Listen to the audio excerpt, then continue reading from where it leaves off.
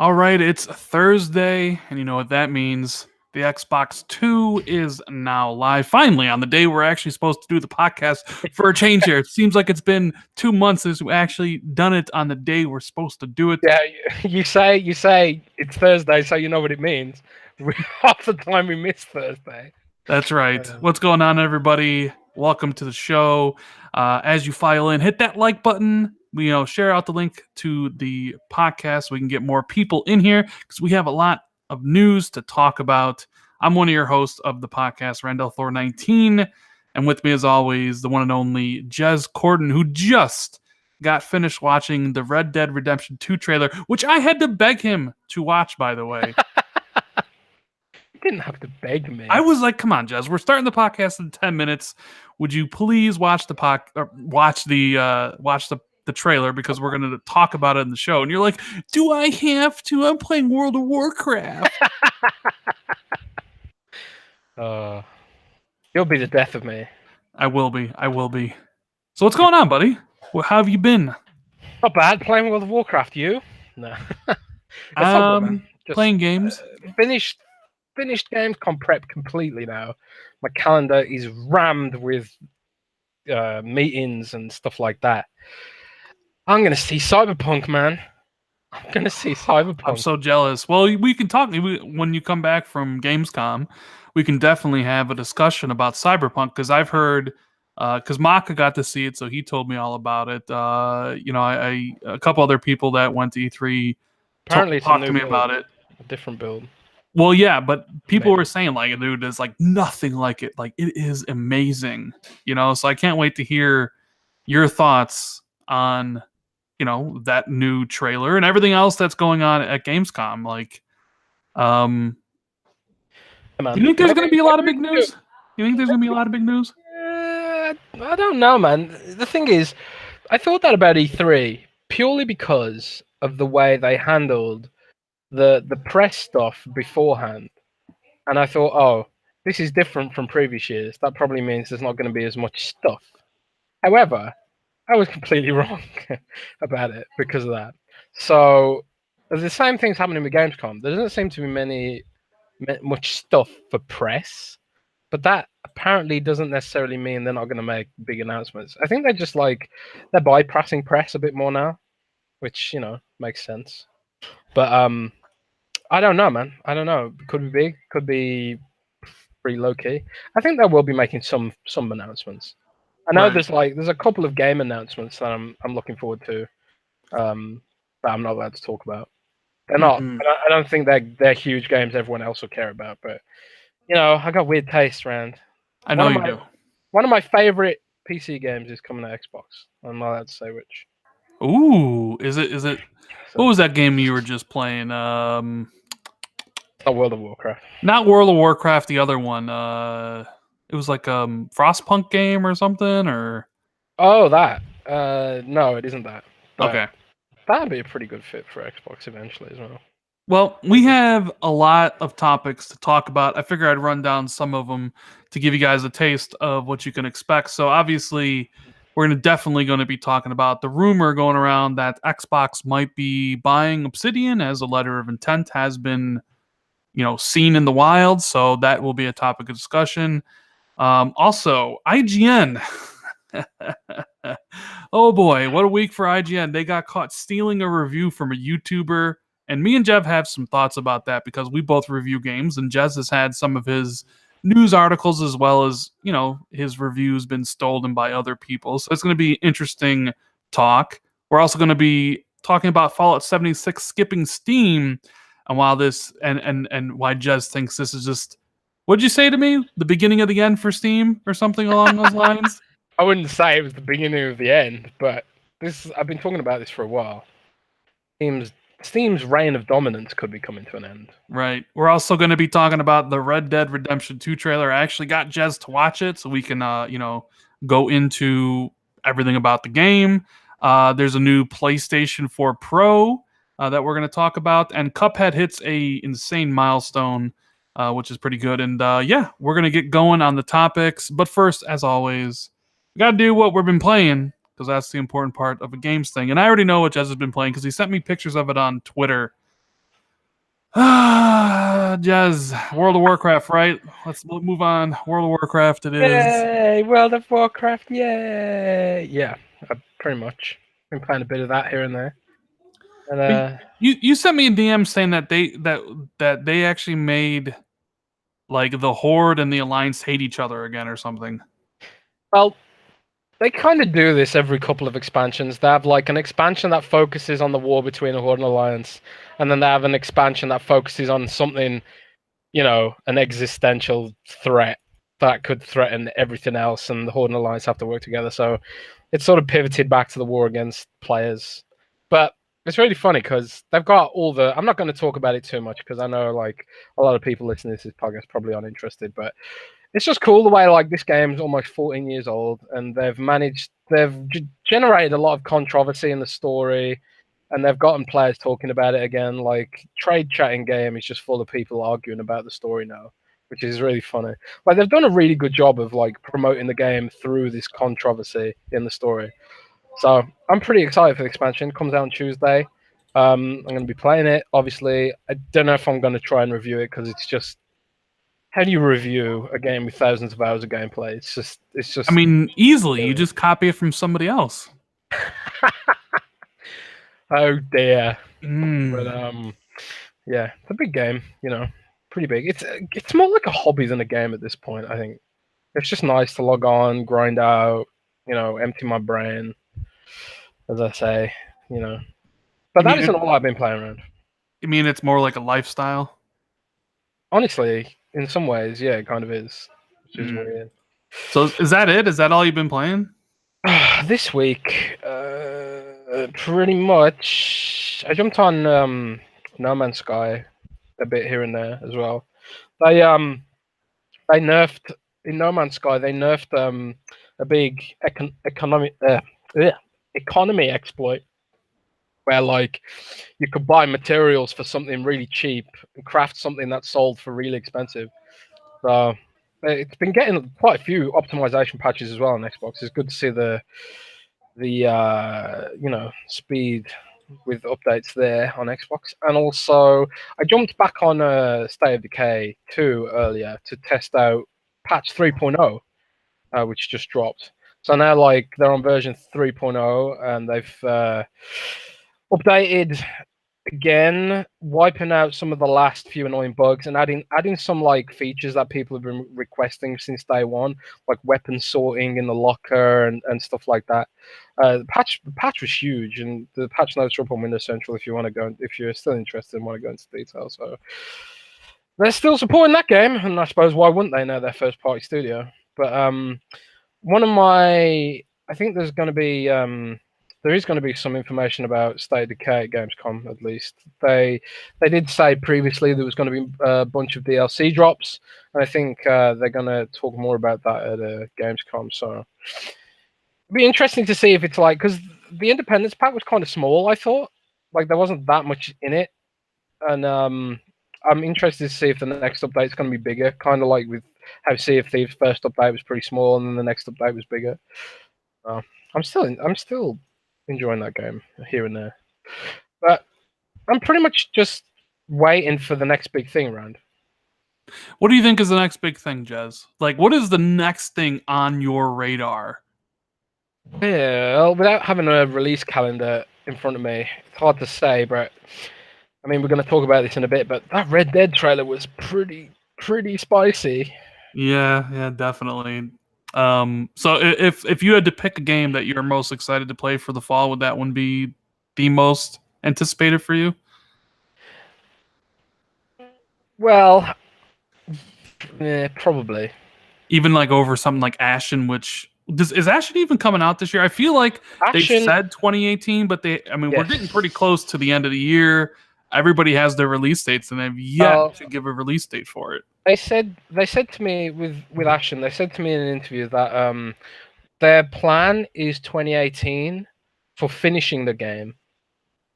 But they might let it slip to 2019. Well, they implied to me they might let it slip to 2019 for strategic reasons.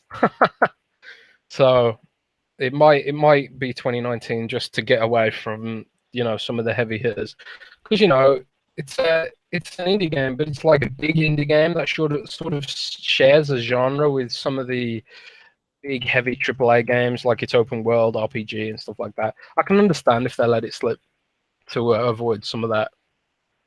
Right. Well, My big most games. anticipated is Spider-Man. Spider-Man, even before Spider-Man. Red Dead. Yes. Well, here's the thing. So Red Dead for me, if we're like thinking about all the games that are coming out this holiday, and I had talked about this in a party with my friends. By far, the number one for me is Spider-Man. Like I am so excited to play that game because it. You got to understand, okay? I love Batman, right? And Rocksteady did such an amazing job with that game that when I look at this new Spider-Man, I see shades of Batman. And I see Insomniac doing for Spider-Man what Rocksteady was able to do for Batman. A See, legit that's where great me and you will disagree. really. I thought Arkham Knight was really bland. Okay, but there's also two previous Batman games before that, Arkham Asylum and Arkham City. I know people are a little like there's a divisive opinion surrounding Arkham Knight, especially because of the Bat Tank. You know, people didn't really like it. Some people loved it. I was indifferent to it, right? But I still feel like the combat is the best it's ever been in a superhero. It's got like the best melee combat in a game, and I definitely see the similarities to Spider-Man. So I feel like we're actually going to get, because I'm a big Spider-Man fan as well, and most of the Spider-Man games have been mediocre. Some of them have been okay, but most of them have either been very mediocre or just plain out bad. And there I hasn't think really. what you said there about Rocksteady sort of. I mean, I didn't like Arkham Knight very much, and I'm a huge Batman fan. I really enjoyed the first one, enjoyed the second one less, and I enjoyed the third one less. And I never played the what was it, Origins? I never played that. But I've heard that was pretty good actually, but I never played it. Um, but regardless of how I feel about the games in comparison to other games in the genre, they definitely elevated the idea of what a licensed superhero game could be. Exactly. Because before, like, it was just a licensed movie game and they weren't very good. But then it was like, here's Batman. And it's like, this can stand toe to toe with any other game that comes out. And as a fan of Spider-Man, I look at that. I'm like, hey, you could do that for that character, but you need a great developer and you need a great publisher with a license. And before it was Activision, and Activision doesn't care about their games outside of the Blizzard games and outside of Call of Duty. You're right, they're all just licensed nonsense. So finally, here you go. Sony was able to get it. I don't know if they have the license. I don't know if they bought the license from Disney or whatever the situation's behind it. I look at the Spider-Man game. I'm like, dude, this looks legit. This looks like what Rocksteady did for Batman, which is why I'm so excited for it, and that's why it's number one. And number two for me would be Shadow of the Tomb Raider. I love, I love the reboot, and I love Rise of the Tomb Raider. I guess Rise of the Tomb Raider was like my second favorite game from 2015. So even though Crystal Dynamics is no longer making this one, it's Eidos Montreal. This one seems to have a more of a stealth approach, which I appreciate considering where the fuck is my Splinter Cell game. So I'm going to pretend this is Splinter Cell. So I'm really looking forward to playing it. And then third would be Red Dead Redemption 2. Like Third, third, yes. third. But think about it, like above Battlefield. Spider-Man, I can get. The Rise of the Tomb Raider over Red Dead, I can't understand. That's just weird to me. I don't know. Strange, man. I didn't even finish Rise of the Tomb Raider. I actually got I'm not bored. saying look. I'm not saying Red Dead Redemption 2 is going to be a bad game. I'm there day one. I'm just saying if all these games released on the same day, I'm playing Spider-Man over all of them. And then I'll play, if I can only play two, I'm playing Shadow of the Tomb Raider. But the great thing is I can play all three of them. So I'll be done with Spider-Man, I'll be done with Tomb Raider, and then we'll have Red Dead Redemption 2. It feels like there's going to be... Well, I don't know. My priorities are slightly different, I guess. But it feels like there's going to be so much more to Red Dead than Shadow of the Tomb Raider. But just because it has fishing. True. I'll give you that. There's going to be more, but that doesn't necessarily mean that I'm going to want to do those things. I don't care one bit that I can play poker with my buddy criminals in the gang. I don't care that I can go into the saloon and drink and sing karaoke. That doesn't matter to me. I know there's more to do, but a lot of those things are just time wasters. What I'm interested in about Red Dead is the Did you story. just call fishing a time waster? Yes, fishing is the biggest time waster of all. I hate you. I know you do. But I'm just saying, like, yeah, Red Dead has everything because Rockstar can afford to give that game and all their games a budget that no other publisher can. And they can put all these little intricate details into their games. So you want to play poker? You want to fish? You want to hunt? You want to do all these things in this absolutely huge world? It's like, do it. But then again, at the same time, sometimes I like a laser focused in my, my game. Sometimes I don't want to just be like, that's like the fallout or some of the things I don't like about open world design. It's like I like seeing how the story's progressing, but then you get sidetracked by all the different stuff in the world, like the Ubisoft stuff where there's all these different markers and everywhere, and you kind of it's like I just want to do this. So for me, while you can do a whole bunch in Red Dead, I'm not sure it's all going to be worth doing. Fair enough. I know you want fishing. I mean, look, it's going to be your game of the year because it's going to have fishing, and Sea of Thieves didn't. Right? I don't know, man. I mean, it's gonna have a job topping Monster Hunter, I think. Yeah, didn't Monster Hunter just release on PC? Because I thought Yes, it did. Monster Hunter has just hit PC, and I saw it was also it got a new boss, new quests from Final Fantasy. Funnily enough, so that game is just something else for me. A lot of my it's because Monster Hunter's given me memories this year, like playing my brother and stuff like that, and like the way the combat works and interacts. Like stuff has happened in Monster Hunter that I've just never experienced in the game. So I don't know. It's gonna be close, man. There's a few games this year that I've really enjoyed that I didn't even think. Monster Hunter wasn't even really on my radar. I've never played a Monster Hunter game before, but I absolutely loved that game. And still loved it. I haven't gone back to kill the new boss yet, but they've already announced they're gonna add some more bosses, and that game's never gonna end. It's gonna go on forever. I saw it had over like 250,000 concurrent on Steam, which is pretty damn high. It was like the fourth highest Steam game today or whatever. Capcom's biggest game ever, isn't it? No, yeah, I don't know. So I'm happy for them. So since we're just doing this whole thing about anticipated games, what else are you looking forward to? Because for me, after Red Dead, it's getting kind of slim pickings after that because I'm not really that excited for much. Like, so after Red Dead for me, it'd be Hitman 2. But even with Hitman 2, it's kind of like, whatever, But like, there's a lot of games on my radar, but my problem is I don't know off the top of my head when a lot of them are coming out. Well, you don't have to know when they're coming out. You just Metro Exodus is really high up on for me. That's February next year. Yeah. Battlefield 5. I'm also very excited for that. After playing the beta on PC, I thought it felt really good, and I love Battlefield, so I've got high hopes for that too. I'm trying to think though, what else for this year? We have Forza Horizon 4, which would be so Forza Horizon 4 would be right after Red Dead Redemption for me and right before Hitman. I love Forza Horizon. Assassin's Creed Odyssey is also coming out in October, but I don't care about Assassin's Creed Odyssey because I don't really like the changes. I didn't care for Origins. Are you salty? You're just salty about... No, I'm not salty. I don't care. I don't know. Like the Assassin's Creed Odyssey and Origins aren't Assassin's Creeds. They're something completely different. But either way, so there's those games. There's Black Ops 4, which I don't care about whatsoever. Battlefield 5, which I'm gonna play. I like all the Battlefield games, but I'm not particularly excited for this one whatsoever. I don't know. I'm over the whole World War I, World War II stuff that we suddenly went back into after I started really enjoying the futuristic aspect of some of their games. I don't know. Like it's like, oh, we're back in World War I. Okay, cool. Oh, we're back in World War II. We're back in World War II. How many times have we been in World War One? I've never played World War One. Okay, Battlefield 1 was cool because it was in World War One. But I mean, Call of Duty World War II, and now we're in World War II with Battlefield again. It's like I've done these games. I played these games. Yeah, fair enough. Like after Call of Duty did it's starting to feel stale again. But and also we had that Battalion game. What happened to that? Battalion 1940. I think it's out on PC in early access or something. Then what else we got? November is like the Walking Dead game from Overkill. Overkill's Walking Dead from the people who made Payday. Doesn't look very good.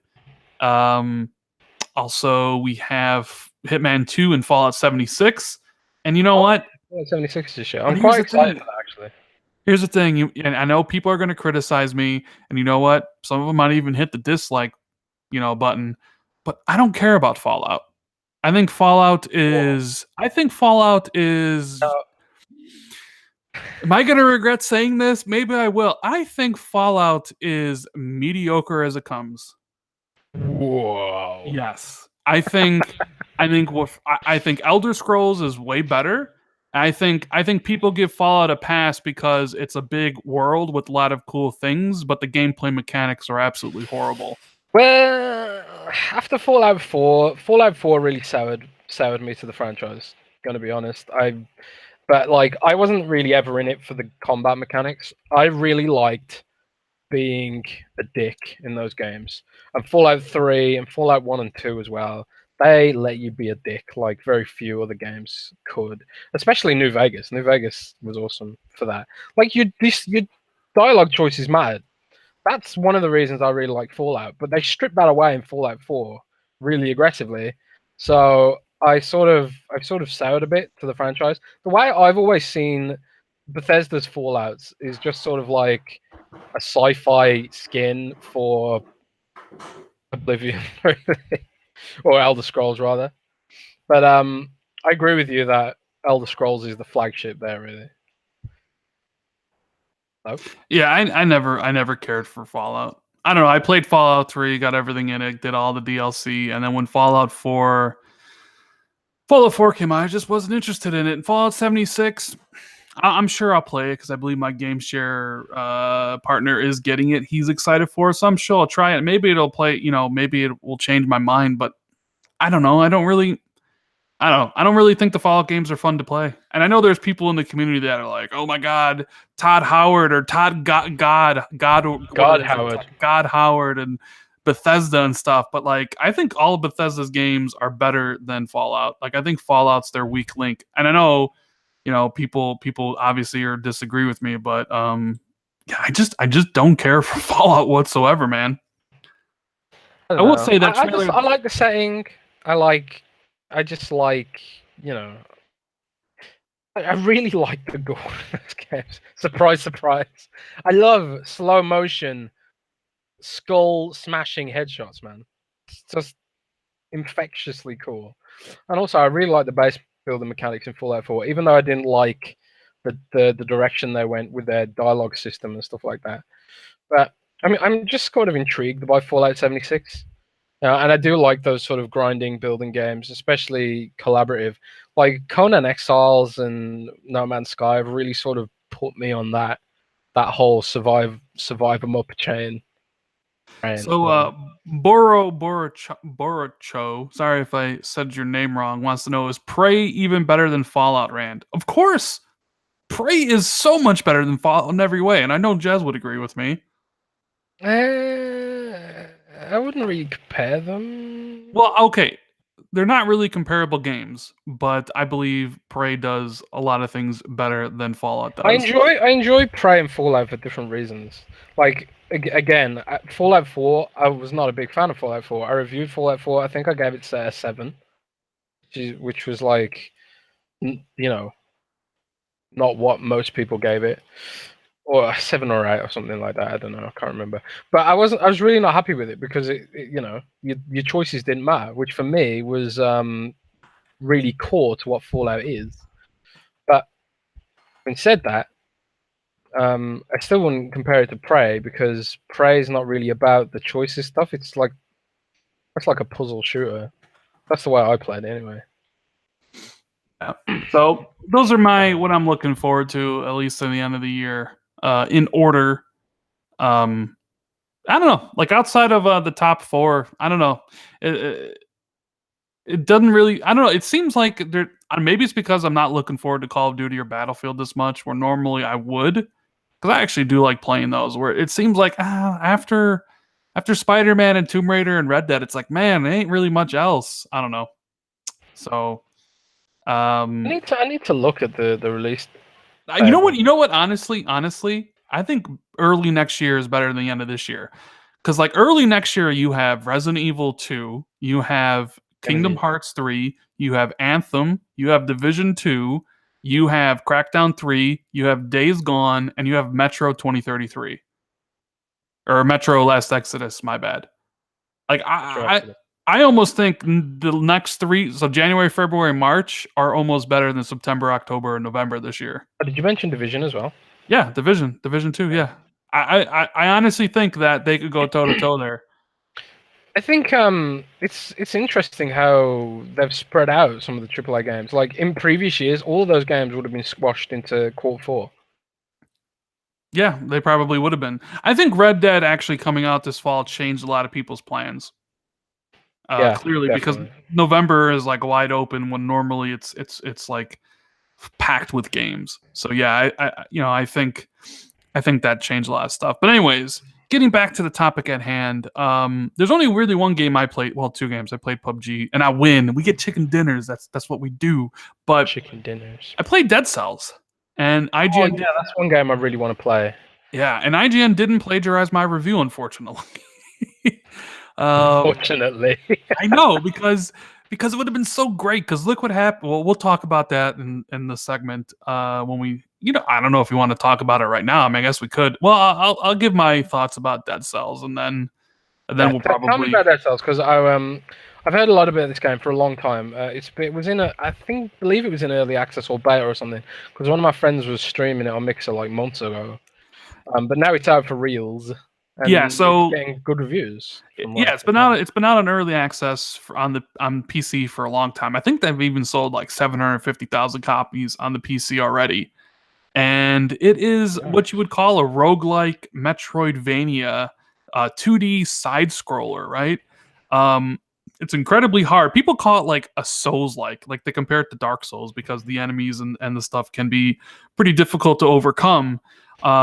And when you start out, you're obviously not going to beat your first playthrough. Clearly, you're going to get killed. You're not going to beat it on your 10th playthrough.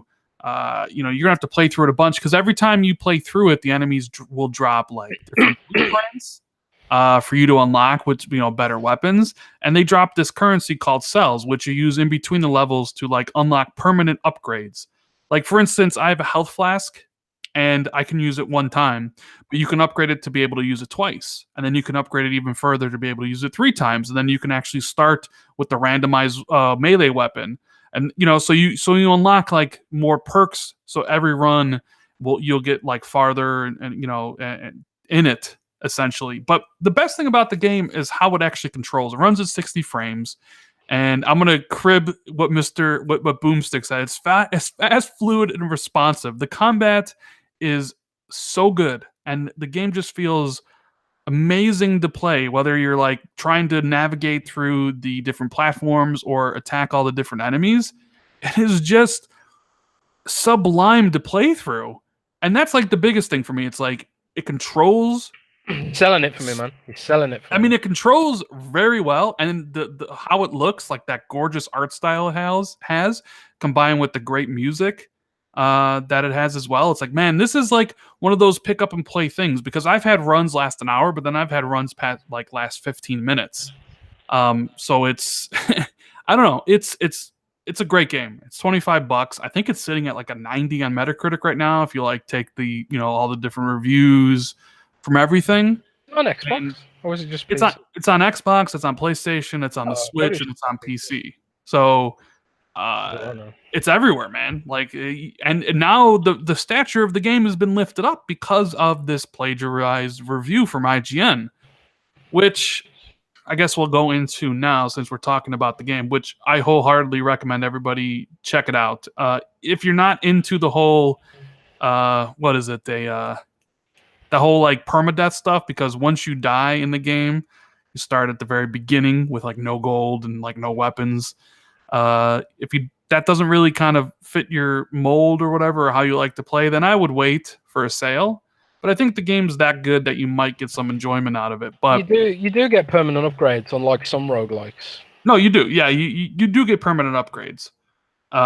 But I mean, like I said, you have 50,000 gold and you'll die, and you have all these like legendary weapons, and you end up dying. Well, they're gone. You know what I mean?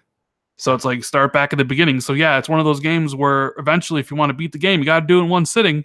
Yeah, well, you don't have to do it in one sitting because you can actually quit out and continue anywhere, but you have to do it without losing all, without using your life. So it's pretty difficult. It's challenging, which is great because you actually feel like you're accomplishing something when you actually get pretty far. And it controls is so good. But yeah, so the big story, I guess, this week was that since the game's been on PC for a while, Boomstick Gaming, he put out a review, and he was a small channel, about 12,000 subs, and it was a pretty good review. 4 minutes long. You could tell he put a lot of time and care and effort into it.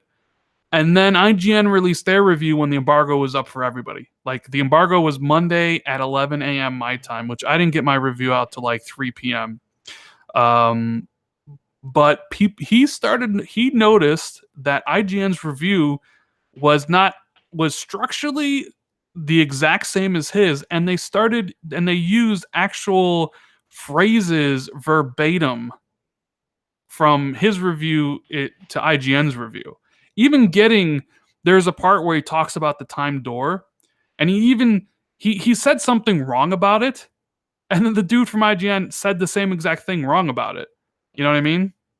So like while you watch the video, because he did a side-by-side comparison, if you watch the video, at the very beginning you're like, okay, maybe there's nothing here, very similar introduction. But by the end, you're like, dude, like this is about as transparent as it gets. Because not only did he copy exact phrasings, but he copied the structure completely. Like how Mr. Boomstick talks about what Dead Cells is and how you progress on that stuff is exactly the same order in which IGN goes through with it, right? So IGN was like notified. They took the review down, and then the next day they fired the dude because obviously it wasn't up to IGN standards, and they had to fire him clearly because this is about IGN's credibility going forward. Because people were like, you know what? I mean, that's all IGN really has, right? Is their credibility. They're the biggest gaming website out there by far, and you would assume like people think that they're credible, but if like you have a reviewer who's clearly, and this is the part that gets me, paid to play the game and review it. Like I review games on my channel, and I don't get paid to do it unless like the ads that Google puts on it are a lot. Like, you know what I mean? Like I get a game for a review, and I put it up there, but nobody's paying me to review it. In fact, I think my Dead Cells review is at 2,500 views right now, which is good for an indie review. Like I'll take that, but it hasn't made any money. I think it's made me $2 so far. There's not a lot of money in indie reviews, and you know how the same is, right, Jez? So like nobody's paying me for it, but I just like talking about good games that people might overlook. But here's the dude working for the biggest gaming website, getting paid a salary of probably, I don't know, 30 to 40,000 or whatever. And his job, maybe 20 to 30, maybe 20 to 30, somewhere around there. I think you might be overestimating how much they pay him. But they think they pay him less than 20,000. I would imagine he's at least getting 20,000. Well, yeah, maybe at least 20,000. But you said 30,000. Well, 20. I said 20 to 30. Okay. 30,000. You know what I mean? I know. 20 to 30. I don't think he's obviously making above 30. Are you sure? Was he salaried or was he a freelancer? Yes, they hired him. He wasn't a freelancer. He was the host of the Nintendo Voice Chat podcast at IGN. Oh, snap. Yeah, I didn't realize it was that big. Yeah, this was his first review he put together himself, I guess. But either way, the point is, here's a dude hired by IGN. He's paid to play video games, paid to write about it. And either there's two scenarios. One, he didn't play the game and then copied the review from somebody else because he had to get a review up. But I don't think that's the case because he was streaming the game the day before and he was actually quite good at it. So what exactly happened was he played the game, really loved the game, but then didn't want to actually write the review. And I don't know. That kind of pisses me off to a certain degree because, like, like I said, I don't get paid to write all this stuff, and I spend a lot of my free time editing my videos and playing through a game, and I could be doing something else, but I do it because I want to. And here's a guy doing it as his job, and he copies off of a lesser known YouTuber, right? And that YouTuber at the time had 12,000 reviews or 12,000 subs, so he probably thought nobody would know. I'm just going to copy off of this smaller dude and get away with it. And that's kind of disgusting if you think about it. Because plagiarism, I don't It's know. the worst thing a journalist can do. Literally the worst. So stabbing someone in the face, I guess. I mean, you've had journalists copy your work or not cite you for it and shit like that. I mean, what do you think about this whole thing? Kotaku. Well, first of all, it's, I don't blame IGN at all for any of this, because how could they know? How could they possibly know? Well, I don't blame IGN. You know what I mean? Like, I never but said a lot of people have, like anti-media types. I've loved it. They've loved this story because it's like a chance to bash the media and be like, oh god, look at the media, fake news and all this stuff, right? But at the end of the day, IGN put their faith in this dude to tell the truth, write his own stuff. And, what possible reason would they have to think he'd do anything otherwise? There's no way you can possibly know. Because surely any writer knows that if they get caught doing that, that's it. It's over. No one will ever hire you ever again. You have to change your name and maybe even change your face if you change your career. Yeah, change your career. Yeah, you're right. Nobody's gonna touch plagiarism. Is serious. I wouldn't touch, because I've hired people in the past, and that dude came to Windows Central and was like, "Oh, give me a job." I mean, what would happen if no. what would you do if one of the writers at Windows Central plagiarized somebody? They'd be fired. Exactly, because it's a serious thing. No, I said, like, when all this blew up, I said to my writers, I was like, I mean, I've never had to say this to my writers. Like, it's not, I'm not even sure it's even in our guidelines, because it should just be obvious. It's a brainless thing. But I said to them, this should go without saying. If you plagiarize, you will be fired. No questions asked.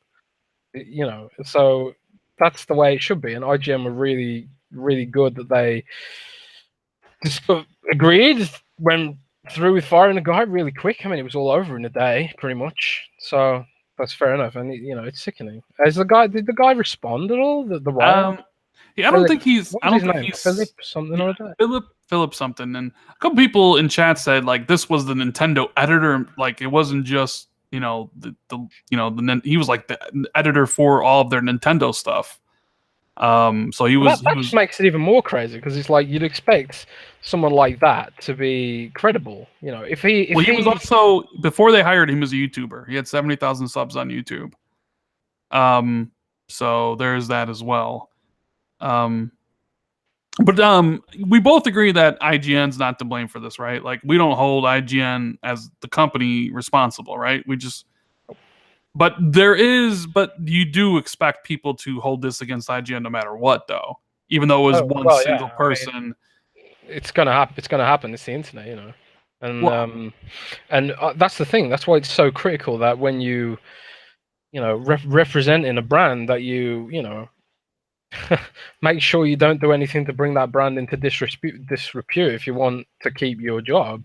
I've had messages from my bosses sometimes, like, saying stuff like, you shouldn't have tweeted that. Like, when I've been on a rant swearing about some celebrity or something, and they're like powerful people that could possibly harm the site in some way. And they're like, sometimes you just have to watch what you say. But plagiarizing someone's work, that's just next level, man. So.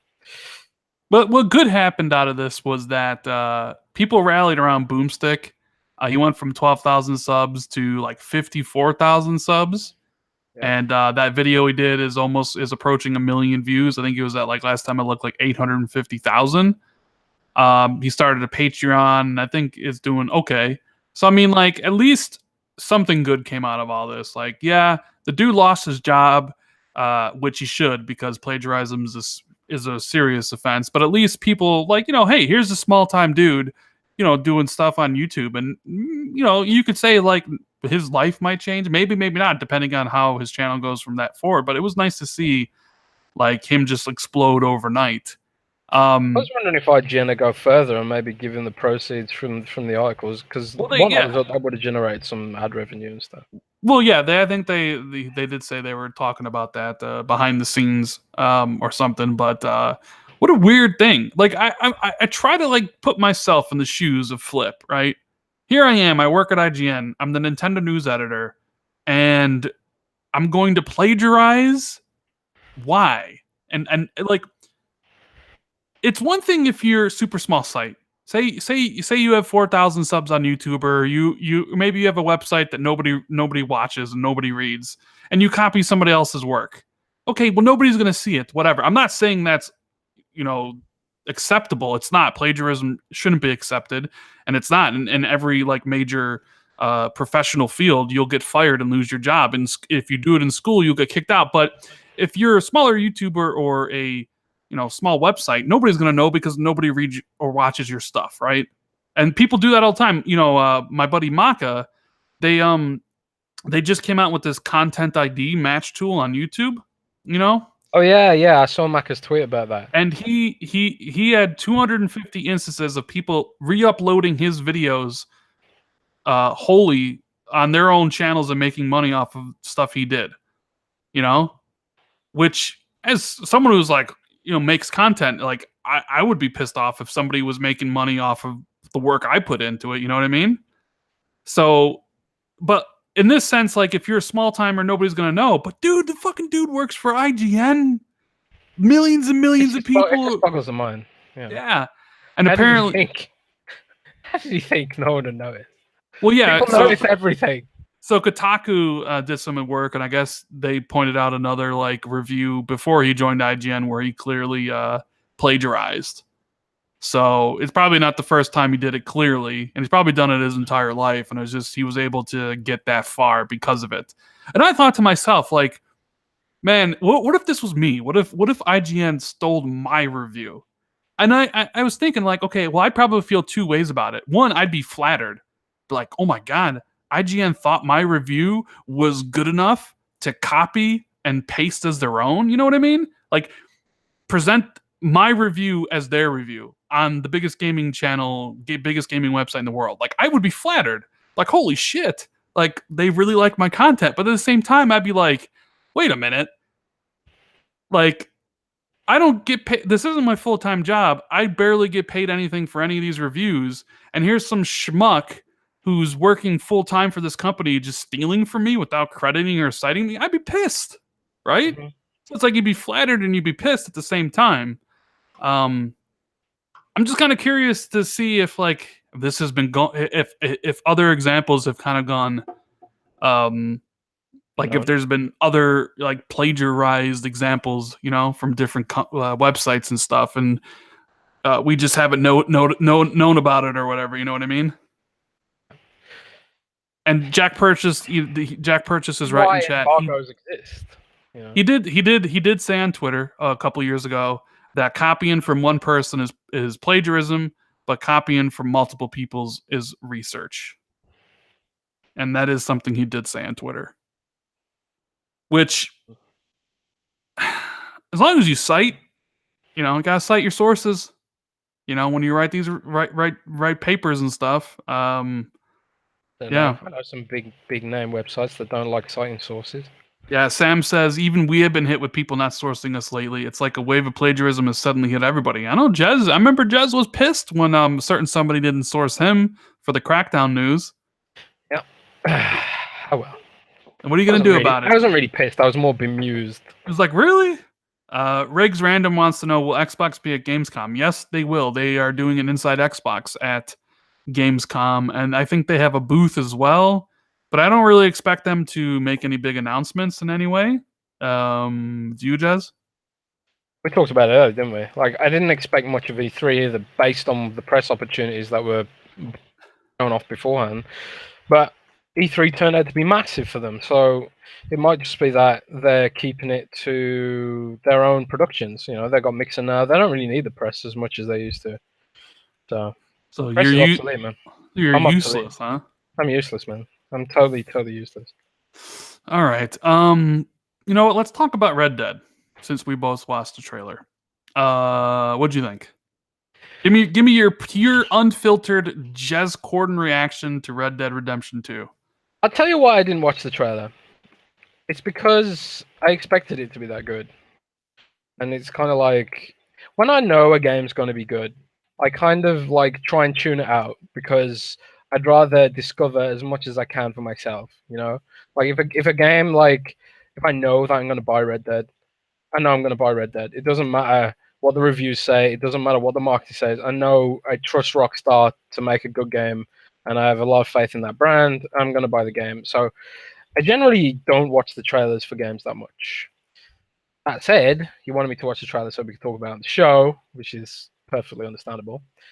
And I need you to do some work here, Jez. You know what I'm saying? Like I tell you to play games like Edith Finch and God of War and all this stuff. I'm like, please I play haven't it. played God of War on Xbox. There was no PlayStation. God You damn know, it. and like you're like, oh, but do I have to? And it's like, please, just watch the trailer. Yeah, God. Life's hard, man. Life's hard work. But it was amazing to put in a word. It was incredible.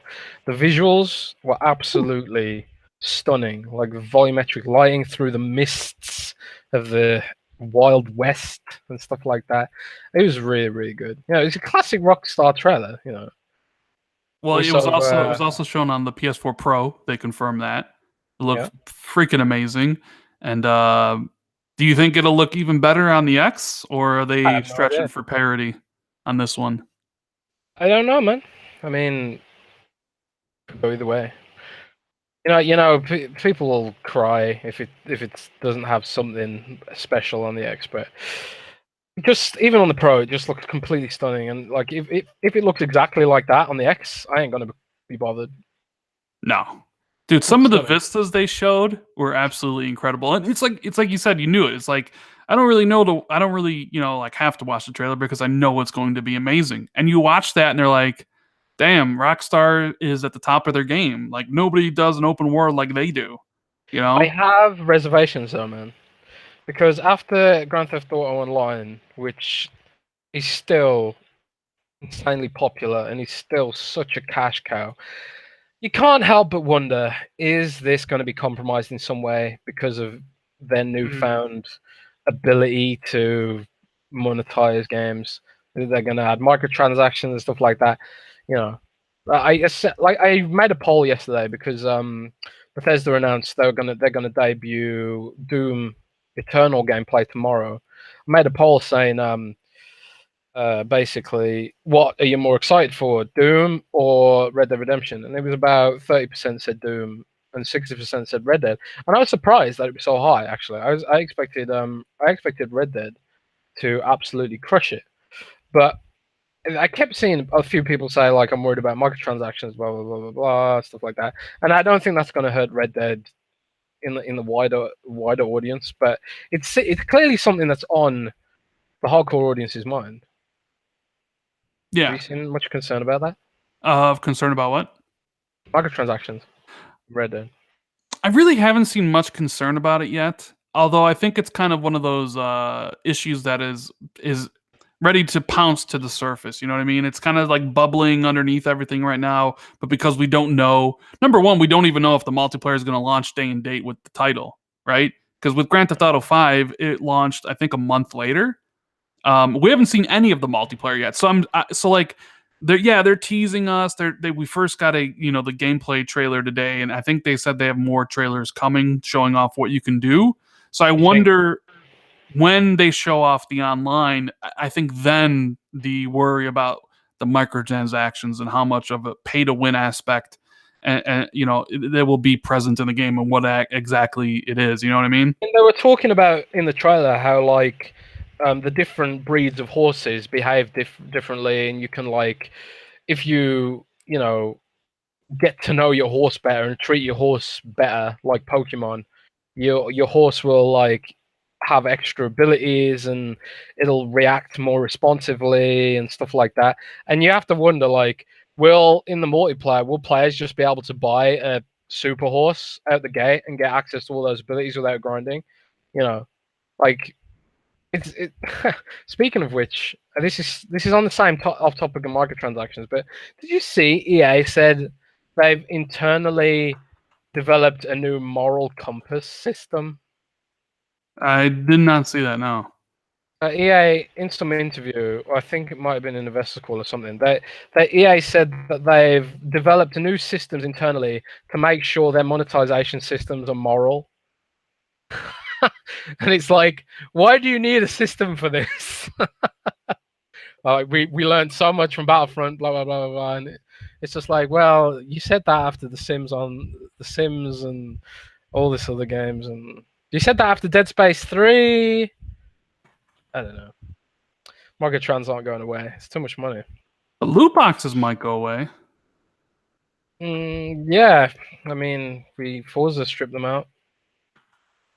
Do you think Halo's Infinite will have loot boxes?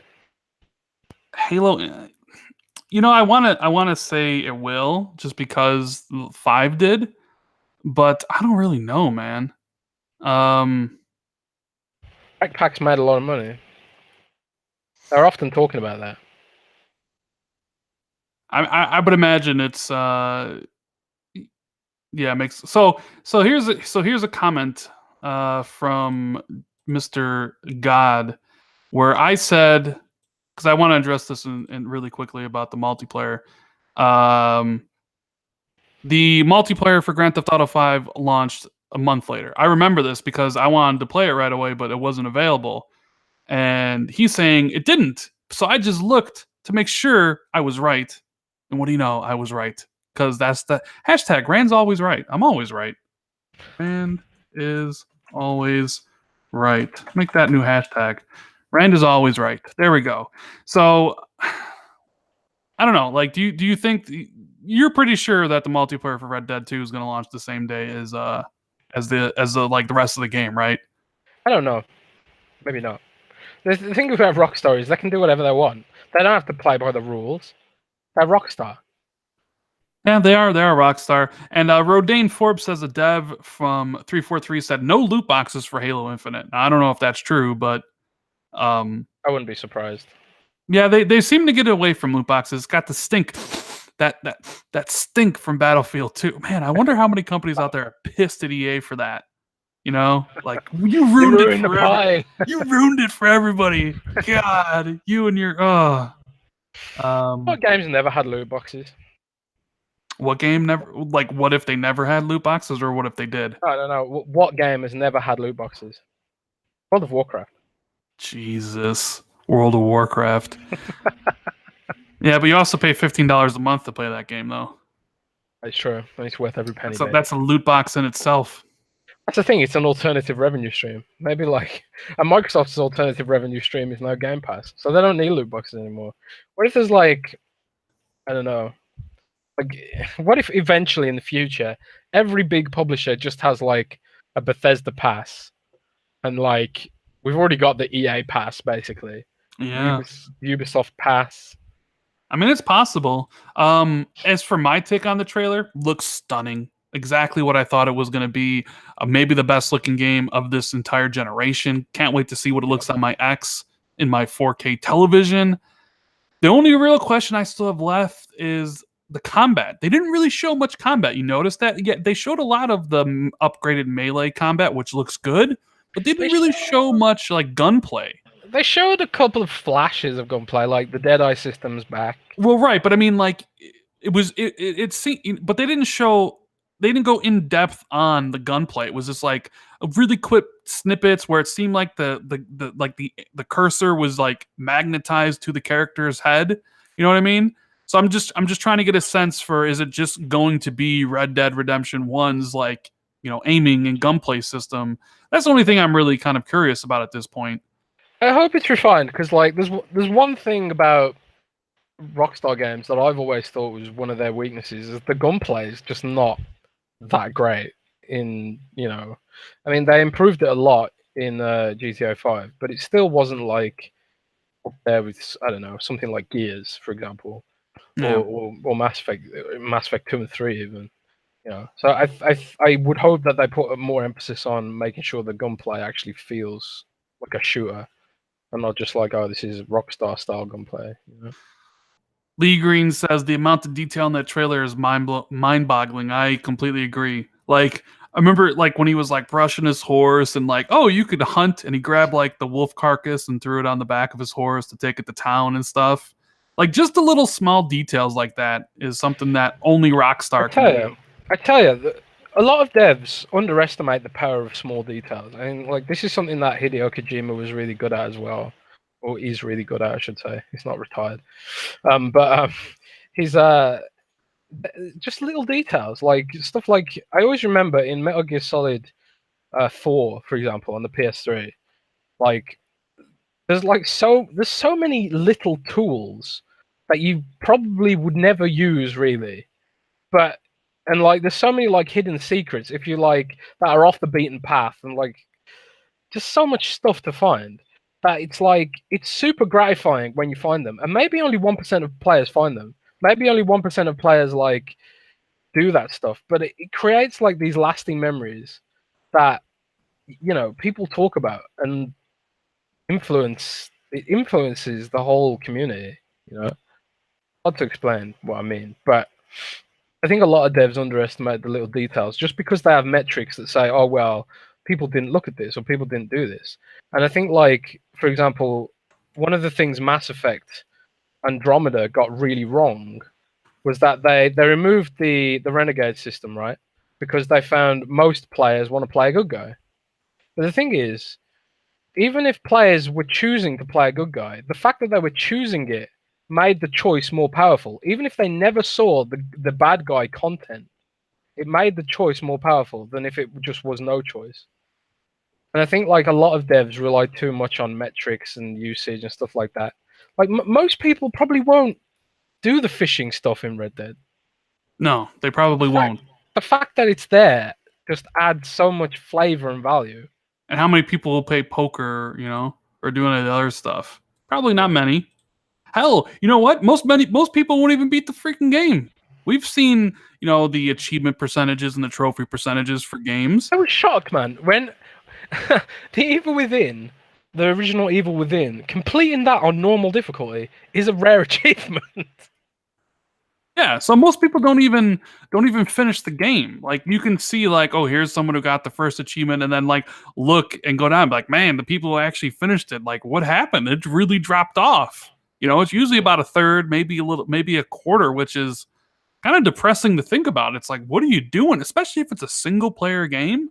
Like, what'd you get this for? Like, that's why they made Game Pass. Because like they identified that a lot of gamers, the gaming generation, they're getting into their 40s and 50s now. A lot of them just sort of pick up and play and then put down and never come back. And like they like grazers, like I think they call them explorers in Microsoft research, because I've read some Microsoft research papers on this, like leaked documents and stuff, and then they call them explorers, people who pick up a game and they play for a bit and then they put it down and move on to the next game. Like they've got more money than time, basically, and that's what Game Pass is targeted at, is those kinds of people, and it works really well apparently. Yeah, I mean, people play differently. Like I'm not an explorer. I usually play one game and I finish it and I move on to the next. But there are definitely people, and I know some of my friends are like that. It's like new game out, load it up, play it for 10 minutes. Another game, load it up, play it. Another game, load it up and play it. I mean, they just kind of want to sample everything that which is, if that's the way you want to play, then I'm not gonna. I'm not going to do it, but I'm not going to say that's the wrong way. But yeah, every way of gaming is valid. If you love gaming, then it doesn't matter if you're casual, if you're hardcore. And there's this undercurrent of elitism in gaming still. And I used to be like that before. Like when I used to play World of Warcraft hardcore back in the day, and Blizzard like started out all this like easier content and making things easier for casual players, or just people who didn't have the time. I was like, oh god, Blizzard's dumbing down my game for the damn casuals, Those filthy casuals. Yeah, filthy casuals. But now I'm like older, and I don't have the time to raid. I'm like, oh, I'm really glad Blizzard did this now. How do you think it's gonna hold up sales wise? Are we thinking biggest game of the year, Red Dead? number 2. Yeah, I mean, like, I sales think Red Dead potential. crushes everything this year. Even Call of Ooh, Duty. actually, good point. It's not even on PC. I come to Well, think. it'll be on PC eventually. I would Yeah, imagine but they're there's going to no double PC dip launch this. date, right? Oh, they're I definitely coming to PC. I think. Oh yeah, for sure. Next year it'll come to PC and everybody will rebuy it again so they can play it in 60 frames and whatever in 4K. But I mean, I don't know. Like you have Far Cry 5, which has done well. You have God of War, which has done extremely well. But obviously, I don't think God of War has a chance of being the best. I think it's really just between Call of Duty and Red Dead, right? I would think I want to hope that because Black Ops 4 doesn't even have a single player, which is like sort of it soured a lot of the core audience to the game, which is gonna impact its virality. I would want to hope that Red Dead dethrones Call of Duty. I don't have any animosity towards Call of Duty necessarily. I just want to see something beat that thing for once. So that'd be nice.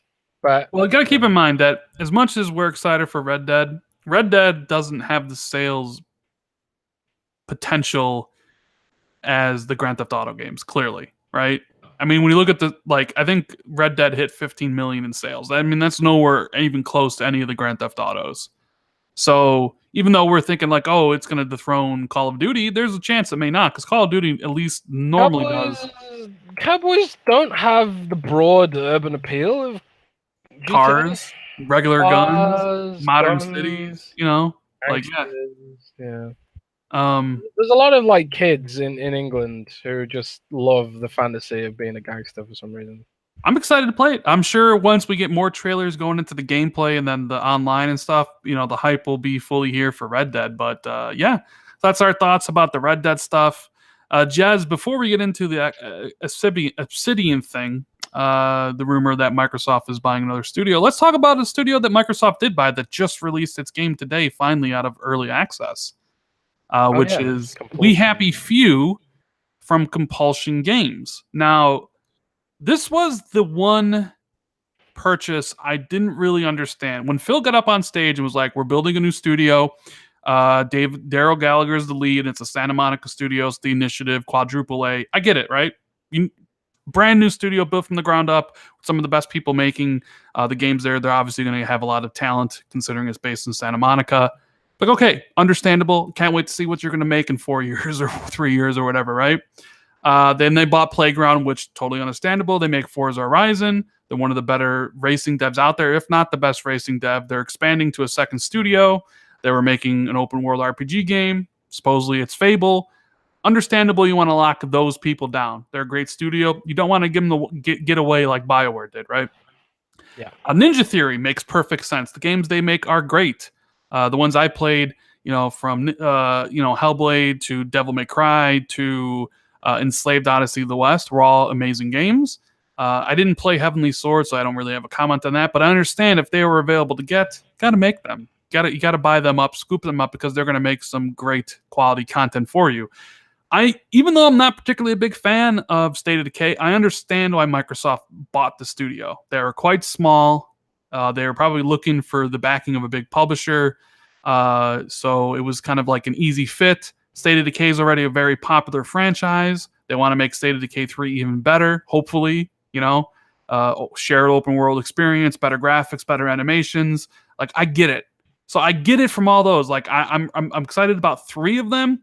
The Undead Labs thing, I guess we'll wait and see how State of Decay 3 turns out. But I was mixed on Compulsion Games because, like, I played their first game, Contrast. It's okay. Decidedly mediocre. Last time I looked on Metacritic's got a 59. It's a cute little platformer that deals with light and dark mechanics. Okay. And then there's a We Happy Few though. I played it in early access and it's not any good. I thought it was kind of horrible. But then again, they worked on it for 2 years and they supposedly changed it. Now you have this whole story mode.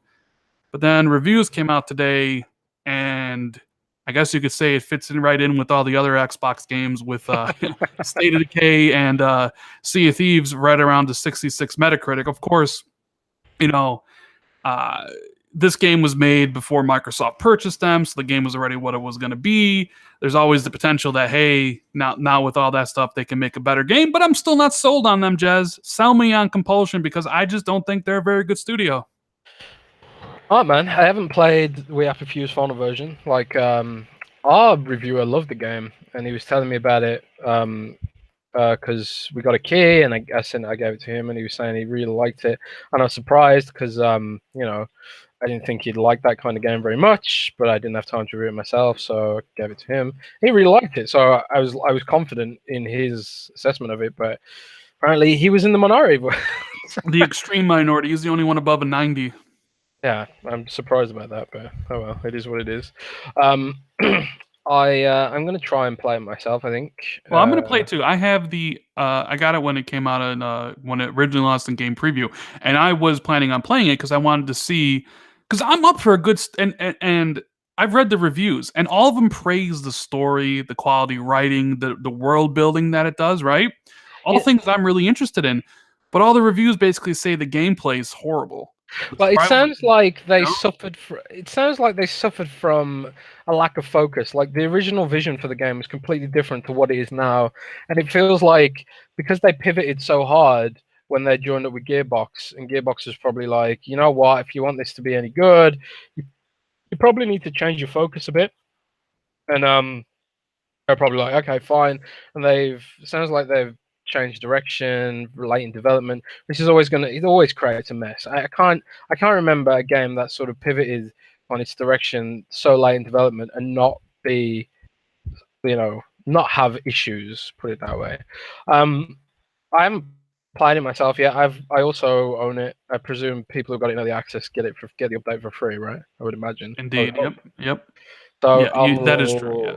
I'll update them, and maybe we can talk about it next week if we. I'm definitely playing it this weekend because I am interested in seeing how the story goes, and maybe Microsoft bought them because they wanted a good story-driven studio, and they can help with the gameplay facets. That's the thing that I really loved in early access. I really loved, I mean, this is obviously niche because British, but I really love the Britishness of it, and it's sort of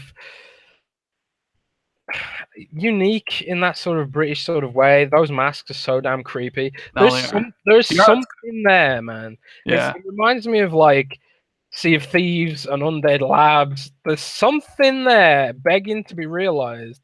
And I suppose what Microsoft's thinking process with some of these studios is, can we monetize that sort of potential and like that sort of those unique elements that the studio culture brings, and there's certainly something unique. There's something unique in Contrast. There was something unique in We Happy Few, even in its completely broken alpha state, which is the only version of it that I've played. There was something there. So I'm hoping that this isn't just a crapshoot and that there's actually a compelling plan. You have to presume that to get purchased, they would have had to pitch ideas to Microsoft and be like, look, if you buy us, these are the games we want to make and blah, blah, blah. This is what we're working on. Presumably Phil and the team know what the future holds for those developers. And it's just a case of, they needed money, they needed personnel, they needed, someone to take over the boring day-to-day stuff like distribution, PR, because a lot of indie devs do that stuff themselves, and it takes the focus away from, the stuff they do best, which is making games. And hopefully Microsoft knows what it's doing. But I'm like you, man. Like I was hoping that We Happy Few would have lived up to, the expectations that they now have on them as the first part. I didn't really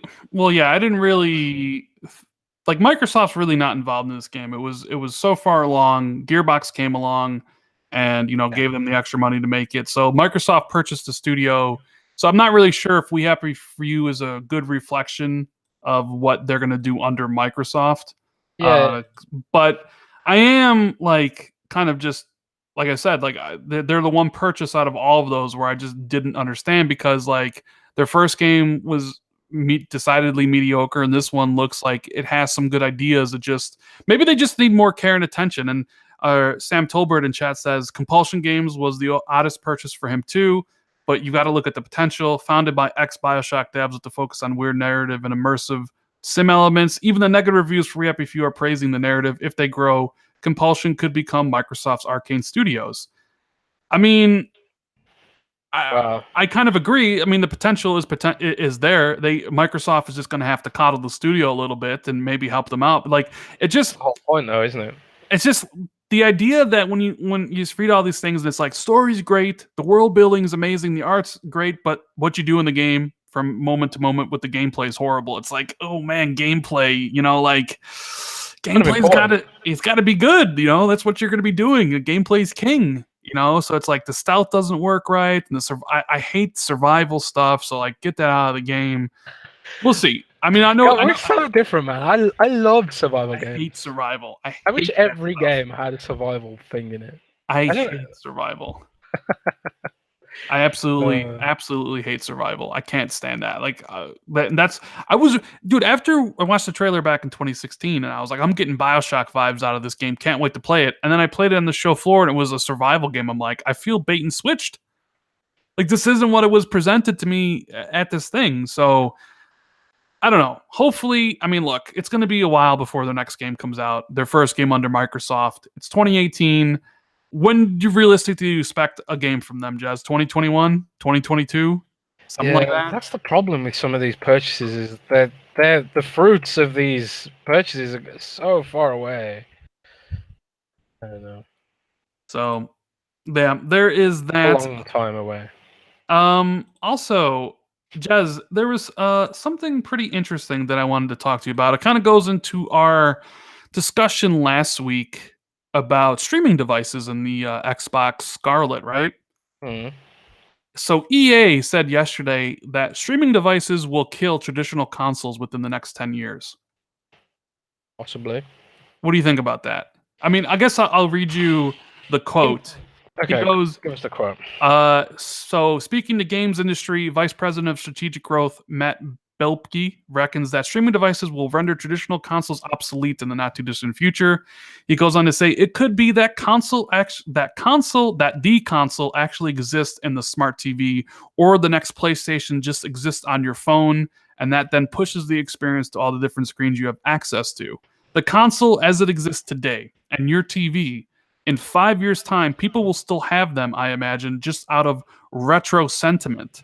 They look good, but in 10 years, they will be in one of the other devices that you have. I think 10 years is optimistic because, put it this way, right? They have been predicting the death of PC gaming for about 20 years. And this year, PC shipments grew.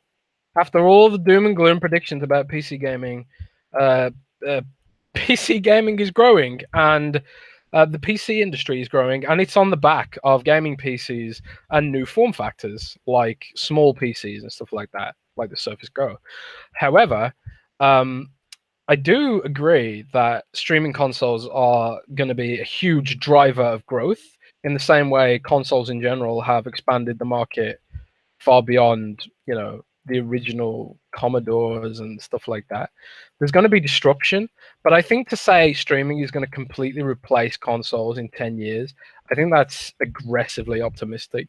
Like stuff like putting the console in the TV, like plugging a HDMI dongle into the TV and stuff like that. I think that'll exist, and I think it'll exist alongside streaming devices. But I don't know why EA thinks internet speeds are going to be good enough to bring this to fruition. And not only that, I don't know why they think like anti-competitive practices, especially in the American internet delivery market, where, pretty much these big companies are working together to make internet crap and expensive, adding data caps. Net neutrality is being killed, so they will force the costs of streaming devices up probably in the next 10 years by charging Microsoft and Sony a premium to access their networks, because net neutrality is going out the window in America. So I think that is aggressively optimistic on his part. I think they'll coexist, much like PCs coexist. As long as people want home consoles, they will make home consoles, you know. And I think like they are overestimating the amount of people who are gonna want to make that switch, you know. I mean, 10 years is a long time. We're talking what, 2028? Who knows? Who knows what the video game landscape will look like in 10 years? Who know what And World people's War internet Three speeds? might have Who turned us knows? into a Who nuclear knows what the United wasteland. States of America will even look like in 10 years? You know what I mean? Like 10 years is a long way out. But clearly, all the, like, look at what They have we to have. think about. They have to think about this stuff. Well, They no, have I mean, to. I mean, it's all moving in a streaming direction. I mean, I think it's clear from every, like, EA's wants it.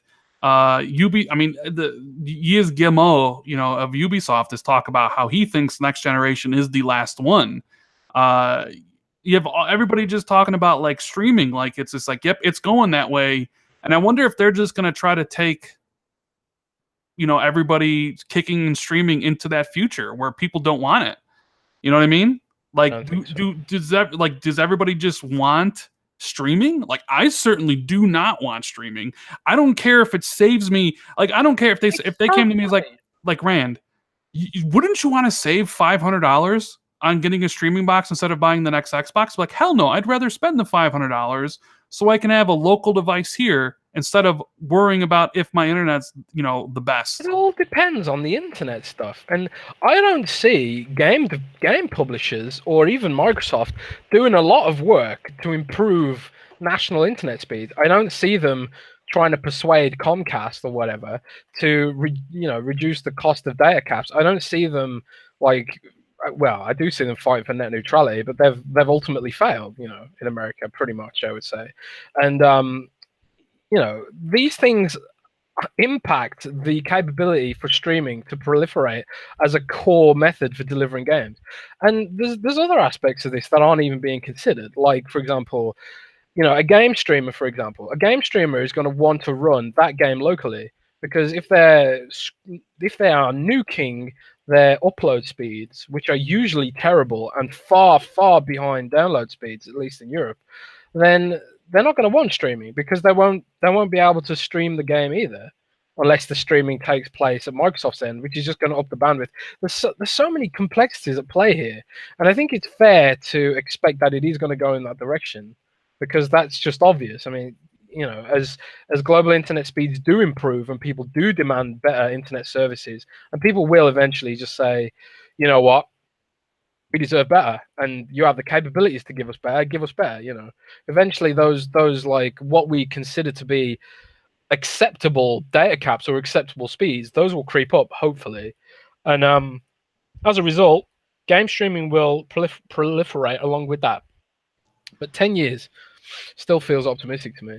5G rollout is starting now, but like I can barely get 4G in most places. In some places in Germany, I can't even get 3G. Yeah. So it's like, guys, you can't really rush ahead with this until you sort out the internet infrastructure problem. If you want game streaming to be the way we all consume our games, it has to at least match the quality that we're getting right now with native consoles. And it's unproven, frankly. PlayStation Now hasn't proven it yet. Microsoft hasn't proven it with their service yet, although, they Phil went up on stage and promised console quality game streaming. I'll believe it when I see it. I don't think Phil's lying, but I also think there's so much complexity involved. Yeah, well, first people have to accept streaming. Like, that's the thing. Like, this is the thing I'm worried about. One of the issues I'm worried about, like the Xbox Scarlet device is you need to, like, you only get one chance for first impression, right? Like 2013, Microsoft made the worst first impression for a console you can possibly imagine, and it's one of the reasons why they're in the position they're in. Now you take that to the console, and you want streaming to be a good first impression. You don't want people to like plug in their console and being like, look at this crap, look at this shit, streaming sucks, and just unplug it and take it back, right? Yeah. So it has to work. It has to be good. There can't be any issues because otherwise you're going to get off a terrible first impression and then nobody's going to want it. And then that bad press kind of spreads to where like now everyone's talking about, oh, Microsoft Scarlet thing sucks. And it spreads. And even though it's only $100 and, you should expect less, you get what you pay for. I'm expecting less of a product. Mhm. If they were so confident that streaming would be what everyone wants day one, they wouldn't even be releasing a Scorpio 2. They'd just be like, oh yeah, everyone's going to want this. They clearly don't know for sure themselves, which is why they're even making local hardware. And because they feel there's still strong enough demand for local hardware, because obviously there is. Otherwise, people wouldn't be freaking out over like the latest AMD Threadripper and stuff like that. Because you know, See, having I want. things locally is fun. I'm gonna shout out OBJ to Don in chat. He says it's crazy as hell that so many of these new gamers are quick to go along with this shit, shaking my damn head. I think the key word there, OBJ, is that they're new gamers and young. You see, you got to train people from a young age. We're older. We're older gamers. We want it our way or no way at all, right? It's like we want the console, the disc, or maybe digital, and we want that console plugged into our TV, and we don't want streaming, right?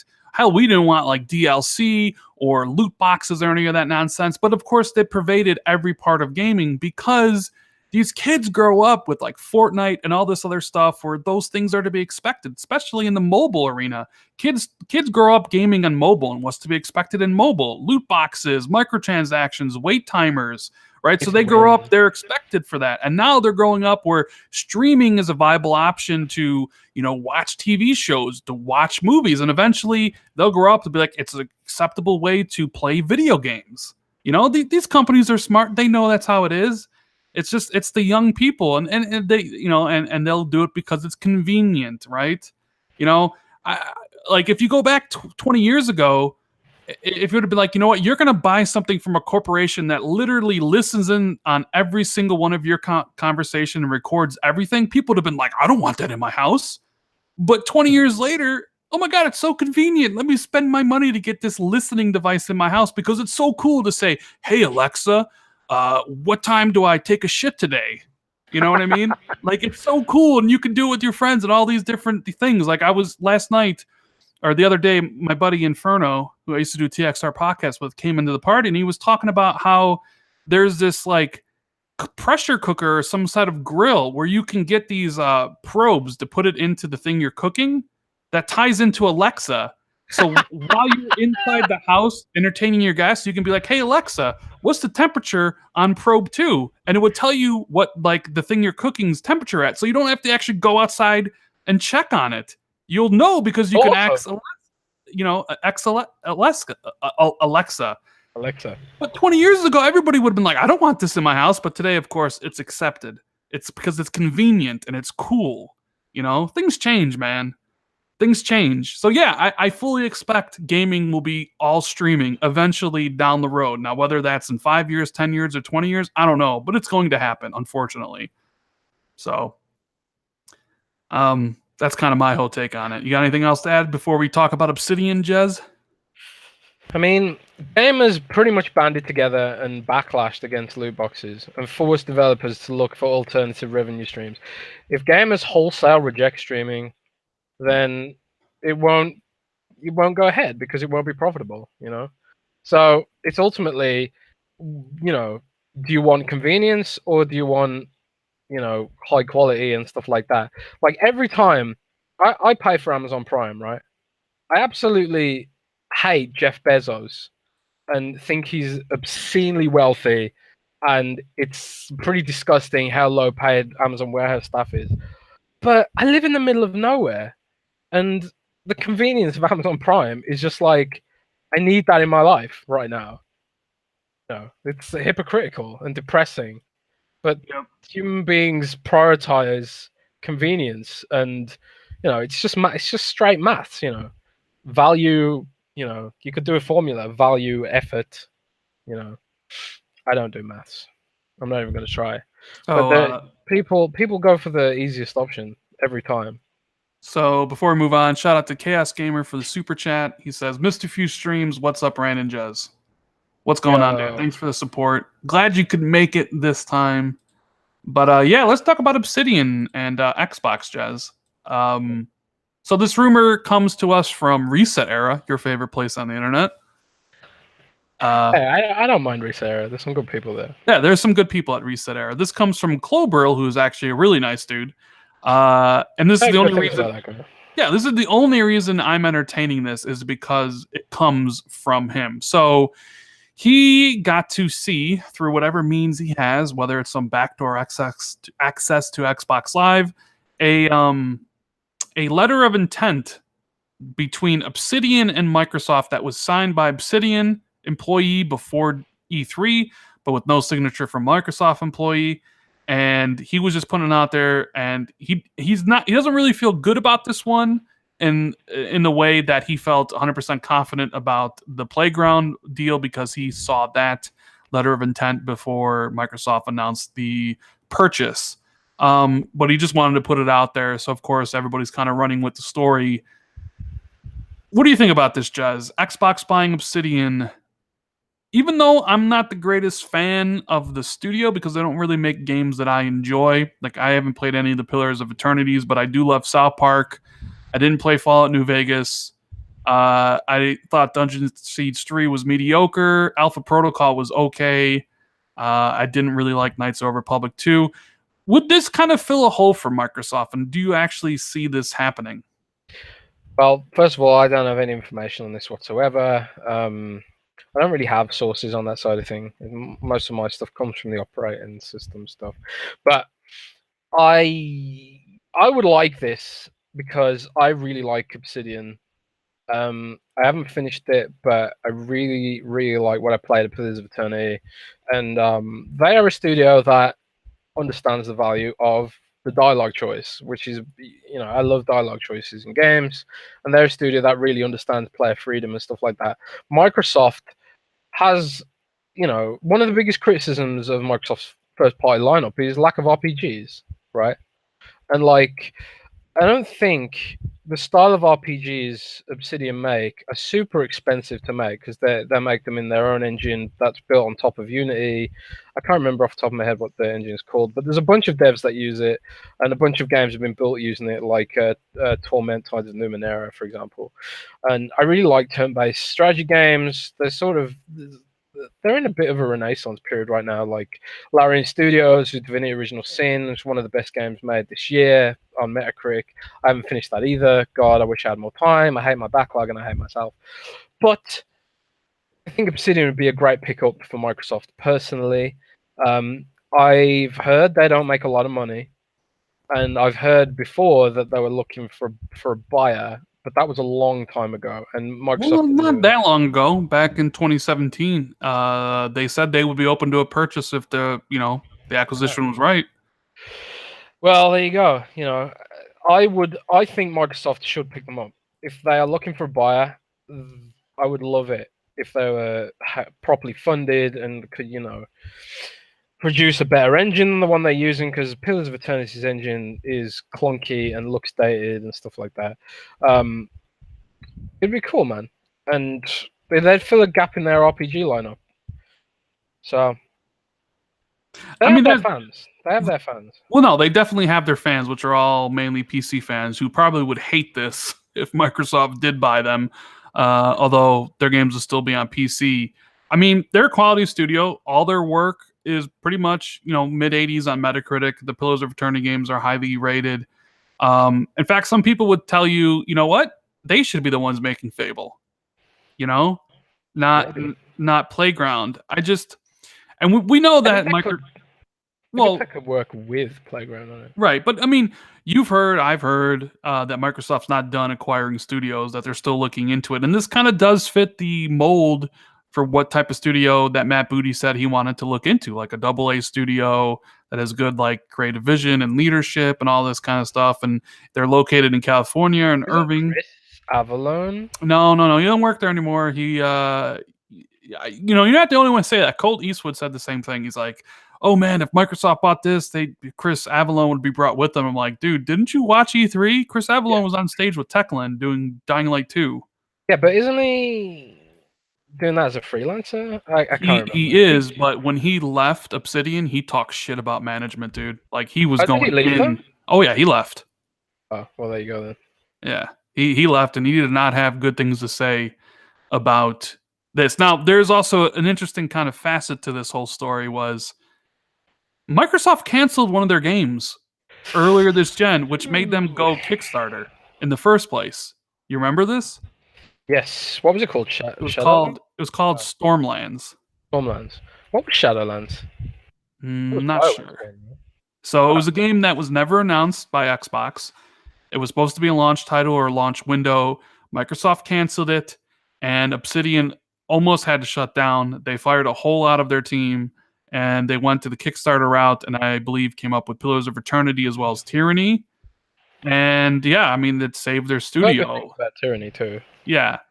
But I don't know. I mean, like obviously there's a change in leadership at Xbox at that during that time when they canceled that game, people, like the different people were in charge and stuff. So, I mean, it would be a good pickup for Xbox.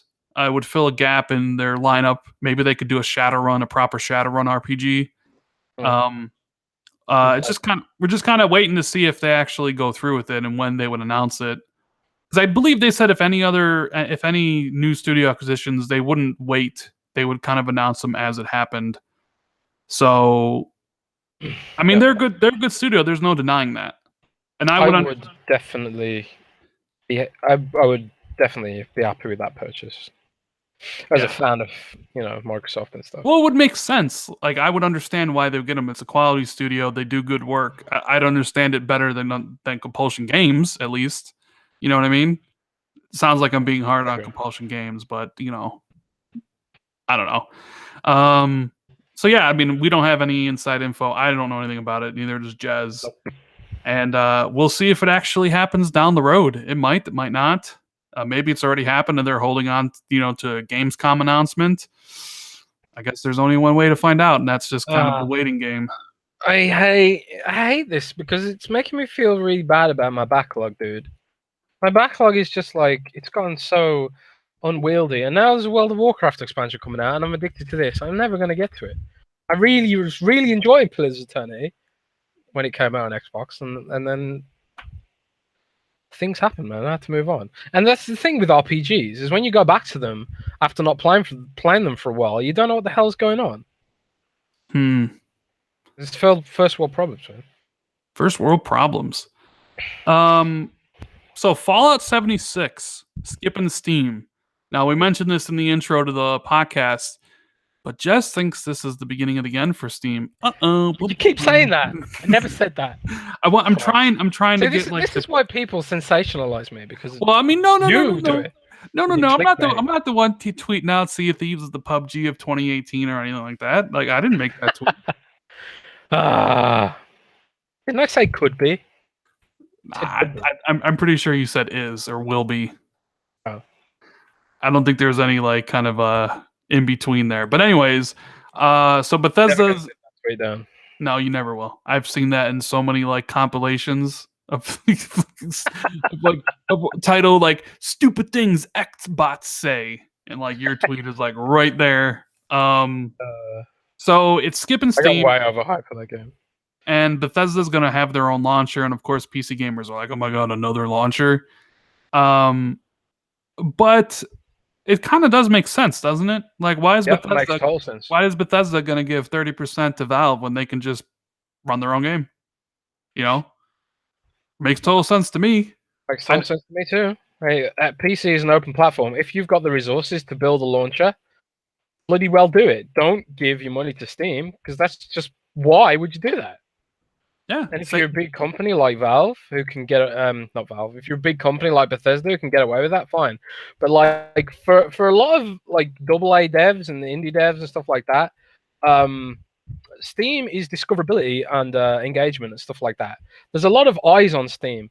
But the thing is, Rand, that's not the case so much anymore, because Discord is becoming a major player in where PC gamers have their eyeballs. And Discord also revealed this week that they're going to start selling games too. So things are going to get complicated for Steam if Discord starts building up a big store. And another thing as well, Blizzard's launcher, right? Blizzard's started putting all their Activision games into that launcher as well. Yeah, Call of Duty's not going to be on Steam, yeah. Yeah, and not only that, but Blizzard's launcher now has a Discord feature, kind of. where you can make like a cross-game community. It even has GIF support now and emojis, and they have their own chat panel built in. For me, as someone whose job it is to analyze Microsoft, I think Microsoft is the one going to be losing out the most from this. And I've been tweeting for months that Microsoft needs to buy Discord, and it's probably too late for them now, unless they spend like literally billions of dollars. But you know, the fact that Discord has integrated chat and it's really good, and that's where pretty much like most gaming communities live now. You know, Reddit is one, and the other one is Discord. It's kind of like Microsoft opportunity with PC gaming is gone now, because the Xbox app has all these features and chat stuff. And I remember months ago, or well, years ago actually, Mike Ibarra was saying stuff like, we see a lot of PC gamers using the Xbox app to organize raids in World of Warcraft, because we got the chat stuff, we got the voice chat stuff, and that was before Discord had voice chat. They've let Discord completely run riot over any potential Xbox had to make headway on PC. Like, Discord has voice chat now. Discord is much faster for chat. It's way better for building communities than the Xbox app on PC. Xbox's opportunity with PC is over, I think. They have to buy Discord now or just get out of the game, because the Xbox app is languishing in this sort of slow terribleness that just doesn't seem to be going away. They'll just So invest more into the Xbox app and they'll just put more people in there to doing stuff. But yeah, I too think late. Too late, man. What they're going to do? They're not going to get people away from Discord. They're smaller, quicker, and they're just so much. They're so far ahead now.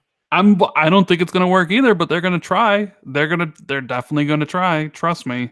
I think they're gonna try and win by Discord, because basically whoever buys Discord will control the future of PC gaming or PC engagement. Whether it's Amazon, it's going to be Amazon, Google, or Microsoft who get Discord, and whoever gets them will control Windows PC gaming. And Damn, that's huge. I mean, like just because of what the chat and the voice. yeah, man. I mean, They're like, you would think whoever runs Steam runs PC gaming. well, yeah, but like it's it's being taken over by Discord, man, because that's where all the stream. Well, hold on. Let's not count our chickens before it hatches. Like this, like so. Are you saying Discord's eventually going to have a marketplace where they're going to be selling games, just like Steam? Well, right now, I believe what the thing is, they're giving away free games as part of their Discord Nitro feature, right? And Yes. they also announced that they want to work with publishers to begin selling games. And if you're a publisher, you should get in touch at the end of the blog post. The fact that they're going to start getting into that, and they have so much engagement and so many eyeballs. When you open Discord, there's like a huge page now where it's just like game news, storefront. Like the storefront could be right there every time you open Discord. And Discord does chat and community way better than Steam. It just does. You know, it's a fact. And if it wasn't a fact, more people would be using Steam for building communities than Discord. And people do use Steam to build communities. I'm not saying they don't, but like when you watch a Twitch streamer, or when you watch a Mixer streamer, or a YouTube streamer, they're never saying join my community on Steam. They're saying join my community on Discord. Yeah, it's always the Discord app. Yeah. Well, okay. So here's something that goes towards your argument. So Matt Piscatella, the NPD analyst, tweeted out today. He said Discord opening a storefront is a big deal, with each major publisher seemingly going with their own PC launcher, just like with Bethesda and Fallout 76. Going forward, the place where the friends list lives will have the most engagement. Discord is the place where the friends list now lives on PC. Big disruption incoming. Yes, seriously. Like, Steam should be worried. And like a lot of people have always said, oh, Steam will always dominate, Steam will never sell. This could be the beginning of Steam being in trouble, because they've The beginning of the end, like I said. No, not the beginning of the end. Jesus, they're never gonna. People have literally thousands of games they own on Steam. Steam's not gonna go away. I'm not saying that, but what I'm saying is, like, where does the future live? And Steam has been chasing stupid things for so long. They've been chasing VR really hard, completely stupid by Steam frankly. They've been chasing their own operating system to try and get away from Microsoft, which is like just pie in the sky stuff. I mean, they're never going to compete with the hardware ecosystem Microsoft built around Windows. Never. With Steam OS and Linux and all that stuff. They've wasted so much time. And while doing that, they've allowed Discord to build up this absolutely sublime community and chat app that gets updated on a nearly weekly basis, purely focusing around chat. And Steam has built up this amazingly engaging platform as a result. And maybe this was always their plan all along. Build up this super engaging chat program and then whack a store onto it and make billions. Yeah. And when they sell, and they will sell, all tech companies, all tech startups like this eventually sell, unless they're crazy like Twitter.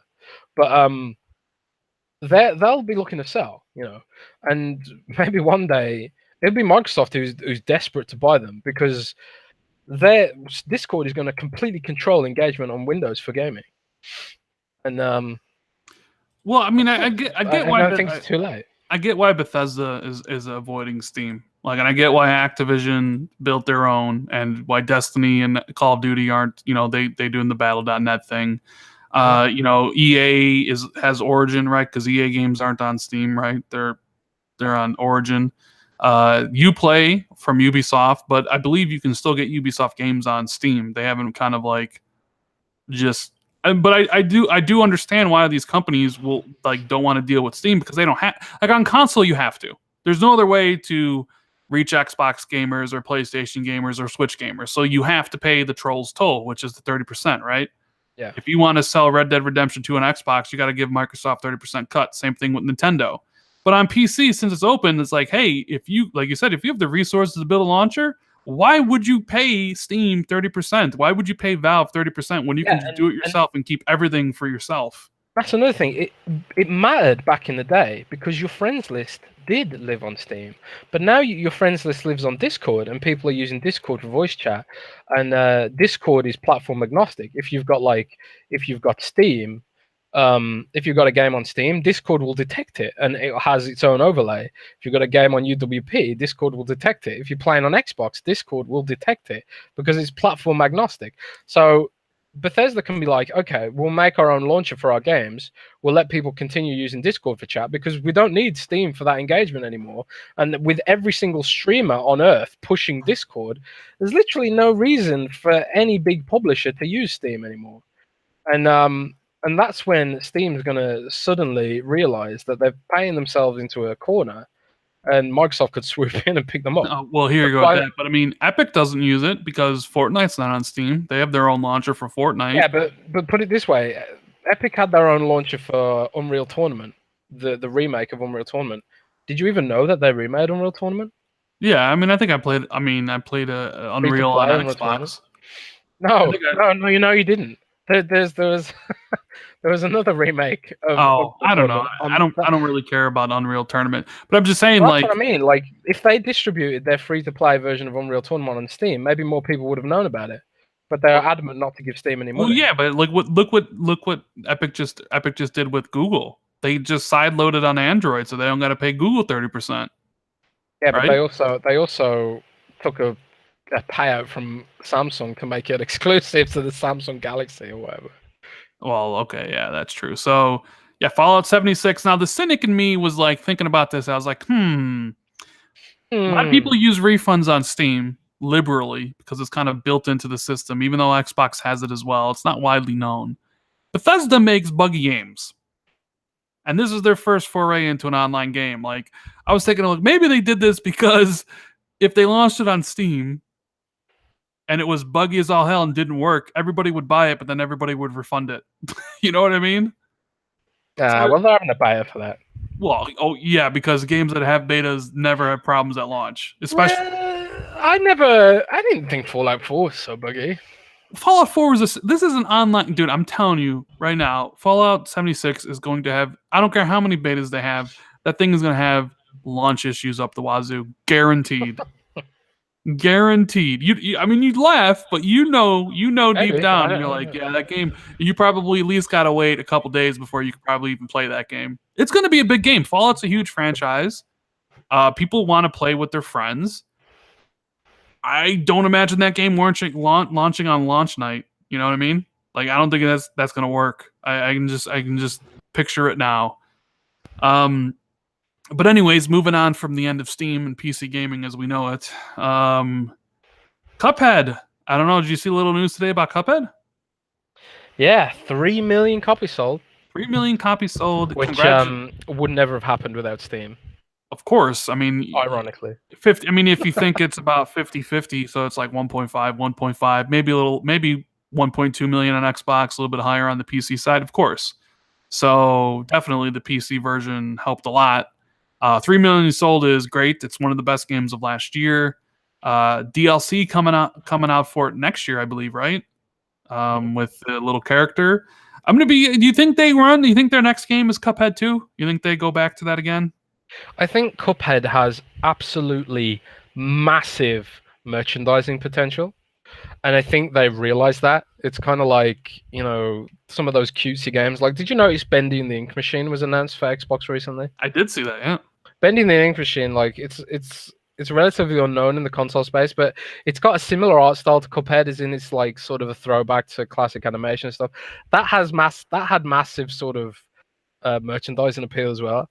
And I think they'd be doing themselves a disservice to at least not make another Cuphead just because of like they've got that established now. They can make a lot of money doing merchandising on that stuff. But at the same time, they're also artists and creators, so maybe they just don't care about that stuff so much, and they just want to make something new. So, I mean, the Behemoth, for example, they could have made Castle Crashers 2 instead of risking it on a new franchise. And they might be kicking themselves in the ass for not making Castle Crashers 2, because I don't know if the good people did very well.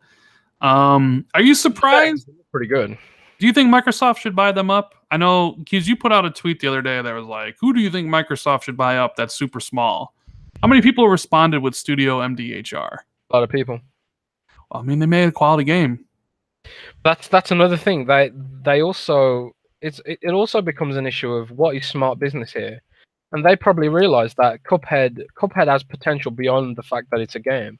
Like, it has potential as a cartoon character. It's a brand now. It goes beyond the game, so it's worth more than gamers might think based on the fact that it's just a game. Like, for example, a huge chunk of Minecraft's business isn't even to do with the game. It's stuff like the Lego sets. There's toys and plushies and T-shirts and stuff like that. That's like a huge market for Minecraft. And that could be a huge market for Cuphead too. So I think they realize that. And they're probably like, if Microsoft approached them saying, maybe we buy it, maybe they'll be thinking, you know what, maybe we do Cuphead 2 and 3 and see how big the franchise gets. Maybe, like, I don't know, license it to Netflix or something crazy, make it like a dark kids TV show or something like that. They could do that stuff, man. There's potential for the brand there, way beyond gaming. And they're probably shrewd businessmen. They probably realize that. So, but yeah, I think Microsoft should buy them. You think Microsoft should buy everybody? Yeah, just buy one. They don't have unlimited money to do whatever they want. They got to make one big purchase. Microsoft, sometimes you see Microsoft spending insane amounts of money, like they bought LinkedIn, like they bought GitHub and stuff like that. I honestly think Microsoft should pull out the credit cards and pick up Discord, man. Like, if they ever want to have any control over PC gaming on PC, they can't do it with the Xbox app now. That ship has sailed. And Mixer's growing, but it's like it's gonna take a long time to catch up. And the whole point of Mixer is also like it's to have engagement so you can further the reach of your store. Like, Mixer is directly integrated with the Xbox store, which a lot of people don't realize. It's directly integrated. The point of Mixer is you watch and sign into your Microsoft account, which goes to the monthly active users for the month. Well, I don't. And I'm being dead serious about that. By the way, that's not true. Nah, that is 100% true. That is not true, man. Because I have to sign in. I have to use my Microsoft account to sign into my computer. Right, and that all goes to monthly active users. Trust me, Jez. The monthly active users of Windows is about 500 million. When you sign into your Microsoft account on Mixer and you interact with people on there, it goes to the monthly active users. On Xbox Live? Uh-huh. That's just dumb. Because it's the same. I sign It's the into my same Rando Thor account. account. What do you mean? My Rando Thor account is my Rando Thor account on Xbox. You Yeah, I would know, think but it's it's also my random. I mean, am I creating Xbox engagement when I open the Xbox app to download a clip? probably, yeah. That's stupid. Well, I'm just saying, think about it there for a second, Jez. I'm Randall Thor 19 on Xbox. I sign in as Randall Thor 19 on Mixer. It's all tied in together. You have people on the Nintendo Switch signing into people, playing Minecraft on Xbox Live. All that stuff counts, dude. You open up an Xbox app to look at your stuff on the PC. I bet you that counts too, because you're signing into Xbox Live. I don't know if that counts. I'm telling you, dude, that counts. I'm telling you. I think that'd mean that counting people playing Age of Empires Castle Siege on Android. Damn right they are. They're counting everybody that if anybody does anything, you open up for 5 seconds, you count. Do you know that, or are you just assuming? Who knows? I would hope that isn't the case. But shout out to Eternal Should Die for the super chat. He says, with the amount of units sold, Microsoft should buy Studio MDHR and also Moon Studios because they have sold decent amounts of units to the gamers. I'd be happy with. I wonder if Xbox knew they were going to create this sort of ongoing discussion about who Microsoft should buy. Because, like, I saw the other day, some people said they should buy. Is it Frictional Games? Frictional? I can't remember. Hang on, I'm just going to look. Damien Percival says, Rand, you are talking stupidness right now. Maybe I am. Maybe I'm not. Maybe I'm just as smart as I could possibly be. Okay, so so someone mentioned in my thread that someone should buy that Xbox should buy Frictional Games, and that makes Soma and the Amnesia series, the horror games, and they replied with a sad face. They're like, we don't want to be bought. We value our creative freedom and stuff like that, and it's kind of like. We think about like all this stuff that we want, like as fans and stuff. Like we want Microsoft to buy this, buy that, and buy that, blah blah blah. Like Microsoft is just sort of like this rich dude walking through like a giant candy shop of publishers and companies and stuff. But there are real people, and there's decisions beyond money that go into this and stuff. So like, it depends. Like, I mean, everyone has a price at the end of the day. At some point in your life, you just sort of realize, no matter how much you want to be like a rebel or like value create freedom and stuff like that, eventually you just think, you know what, I want to do what's best for my family, and Microsoft are offering me a stupid amount of money. I'm going to take that because that's the best thing for me and my family, And everyone has a price eventually. That's right. But there are things beyond money that need to be considered, and some people put a very high value on art and creative freedom. So, I just went off on one there. Let's take some questions before we get out of here. And the question I have for you, Jez, is: did you see the new PS4 Pro limited edition 500 million limited edition system that they announced today? It looks really, really nice. It's like got translucent. Well, you were hating on the Spider-Man one, and here you are loving this one. It's got a dumb sticker on it. That's why. So you like it because they put a lot of effort into it. Translucent blue. You know what? I'd like the Spider-Man more if it was just plain red. Like the gloss plastic looks really nice. It's just that big white dumb sticker, man. Right. So I actually really like the system. They're celebrating 500 million consoles sold. Actually, like 523 million. Over, I think it's all the consoles that, PlayStation 1, PlayStation 2, PlayStation 3, PlayStation 4. It's going to be on sale. There's only 50,000 of them, so they're going to be in very high demand. And they go for $500 because it also comes with a 2 terabyte hard drive, a vertical stand, and the camera. I kind of wish it looked more like that retro PS1 they did a while ago. Do you remember that? Yes, I did. I wish it looked more like that. Yeah. But shout out to KS Gamer for the super chat. He says, Jez, I'm playing Moonlighter. It's good. Good pick, man. See, that's one game I played this year and couldn't put down. I really love that game. I need to go back to it. I haven't finished it yet. I'm on the last dungeon. And they've been updating. That's one studio I'd like Microsoft to pick up. Is 11. You know what? I'd play it if it, changed those gamer score values. You know Oh what I mean? God. Same thing with No Man's Sky. Well, I wouldn't play No Man's Sky because I have no interest in it. But you make those gamer score values the way they are, I'm just not going to be interested. Well, the thing is, man, they cancel each other out. Like I had like an odd gamer score for years, and No Man's Sky cancelled it out for me. That's a good thing, right? I don't know. People are telling me I'm wrong about something. What am I wrong about? Then we know hashtag Rand is always right. Rand is always right. I'm always right, especially when I'm not wrong. So if you guys have any questions, let us know, and we will we will answer to the best of our ability. I actually, $500 for a pro is a little bit too much, and I already have a pro, so I don't really buy a lot of systems. Like I have one Xbox, one PlayStation, one Switch, and if I do buy another Xbox, I'll get rid of my other Xbox. I don't When's keep the last multiple time you consoles. turned on your Switch? 2 months ago. Did you see the new characters for Smash Brothers Ultimate? I did. So they added Simon Belmont and who else? A bunch of characters never heard of. Yeah. The crocodile from Donkey Kong. I still don't care about Smash Brothers. I've never liked Never Smash played it Brothers. as a kid? No, I've played it. I don't think it's very good. What? So, I played that with You're against. terrible, man. I played that against my brother, and I never And he cared wrecked for it. you, and now you hate it. No, I wrecked my brother every single time. I just don't care. I need to speak to him about this. No. I don't care. believe you. I think your brother wrecked you, and now you hate. That's why you hate Nintendo, because your brother used to wreck you at all the games. Shut up, Jez. You're not supposed to know this. Anyways, I'm gonna buy a Switch. I've decided.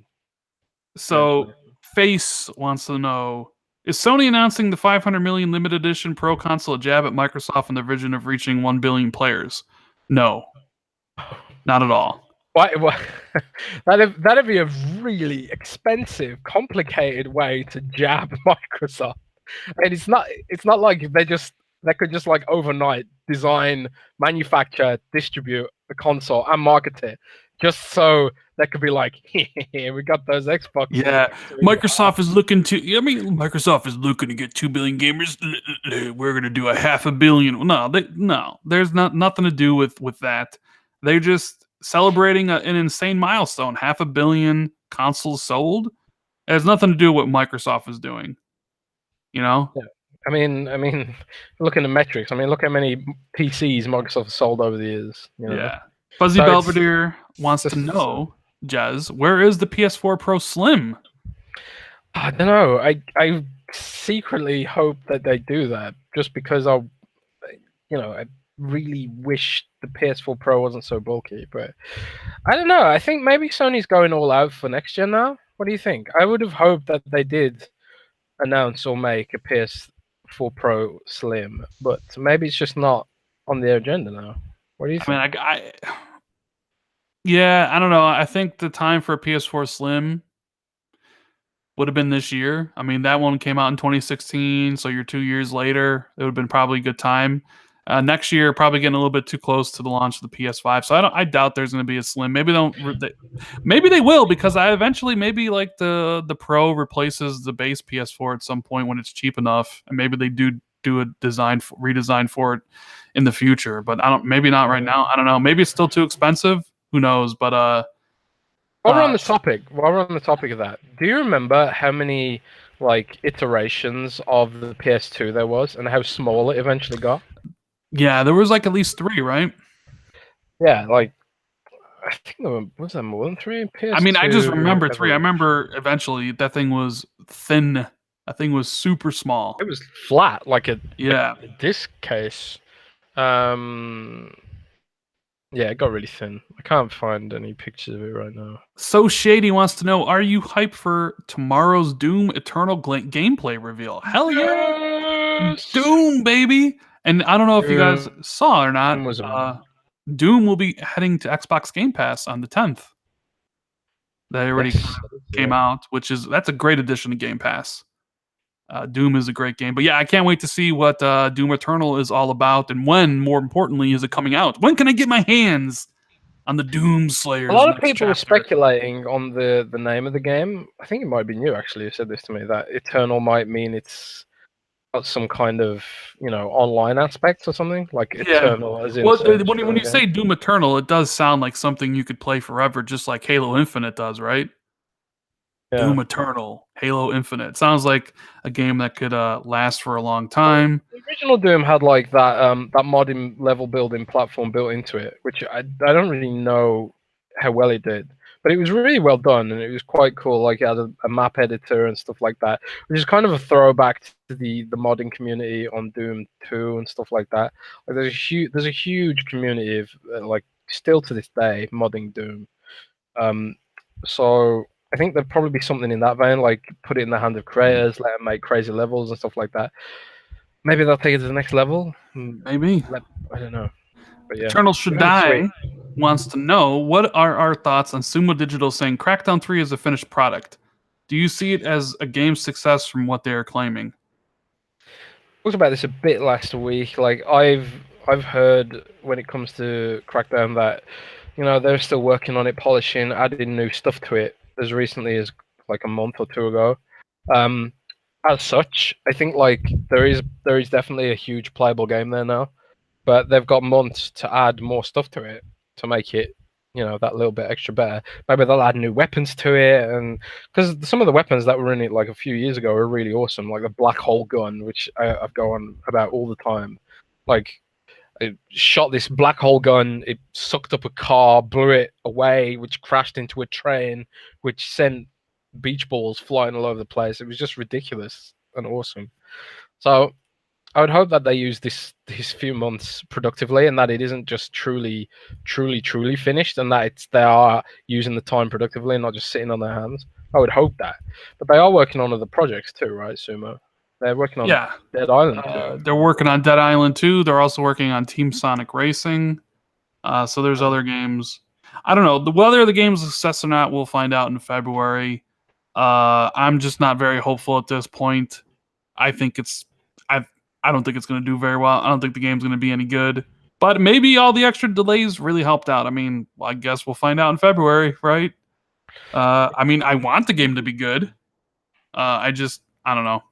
There's been too much surrounding the development of this game, and I think it was just a troubled project from the start that they had like bigger aspirations for, and it just never came together. You know what I mean? I know what you mean, man. Let's see. Let's go I'm on sure Kotaku to will do a big expose on how Microsoft screwed them over, and probably. The indie gamer wants to know what's our juiciest prediction for Gamescom. Juiciest prediction for Gamescom. Microsoft buys Nintendo. Microsoft buys Steam, Discord, Nintendo, and Apple for $1 trillion. I don't really see there being any big thing happening at Gamescom. I mean, the Obsidian thing could happen, I guess, which would be a big thing, but people already know about it. Honestly, I expect Gamescom to be on the level of last year. So I honestly am expecting nothing. Yeah, I haven't got big expectations either, but I was proven wrong at E3. I didn't have big expectations for that either. And Microsoft might be looking to capitalize on the momentum they built up at E3, which was one of their best E3s in a long time. So if I was Microsoft, I would try and keep the momentum going. Maybe announce an acquisition or something. But they're not having a press conference, as far as I'm aware. Maybe I just wasn't invited. But they are doing that inside Xbox thing, so maybe they could announce some stuff there. I think if there was going to be huge things, maybe they'll have a press conference. But at the same time, maybe press are useless now and don't matter around. Yeah, Press are obsolete, baby. JD Gamer wants to know, Jez, what 3 AA companies do you think Microsoft should buy, and what companies do you think they can buy to help them in Japan? Oh, that's a good question. In Japan, I've seen repeated calls for Microsoft to just abandon Japan.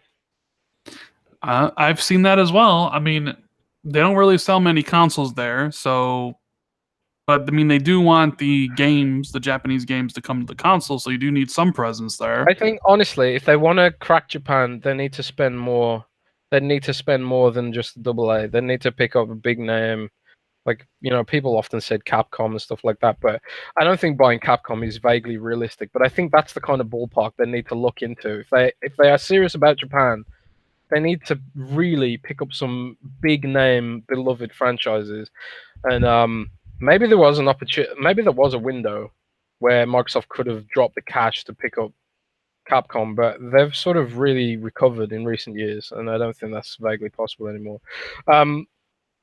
As for But yeah, I don't think any AA Japanese studio or brand is going to help them in Japan. They need to, if they want to crack Japan, they probably have to go, bigger. But as for Western developers, I mean, you have to look at what the gaps are, like what we were talking about earlier. RPGs, that sort of thing, single player narrative driven epic cinematic games like that. Stuff like Gears, more games like Gears that is, cutting edge graphics and cutting edge cinematics, Hollywood level. I personally think Remedy can be that studio. Clearly, Microsoft doesn't agree for whatever reason, but I'm still salty that we're never going to get Alan Wake 2 or Quantum Break 2, apparently. I'd also like them to see them pick up maybe some more PC oriented studios, like I've said this on Twitter, Paradox Interactive, because Paradox is sort of like the kings of service-driven strategy games. Like, their service-driven games are legendary and they're constantly updated with new stuff, and I think that really fits Microsoft's thinking there. And I don't know. What do you think, Rand? What I think of the third? I think I think Japan is the lost cause.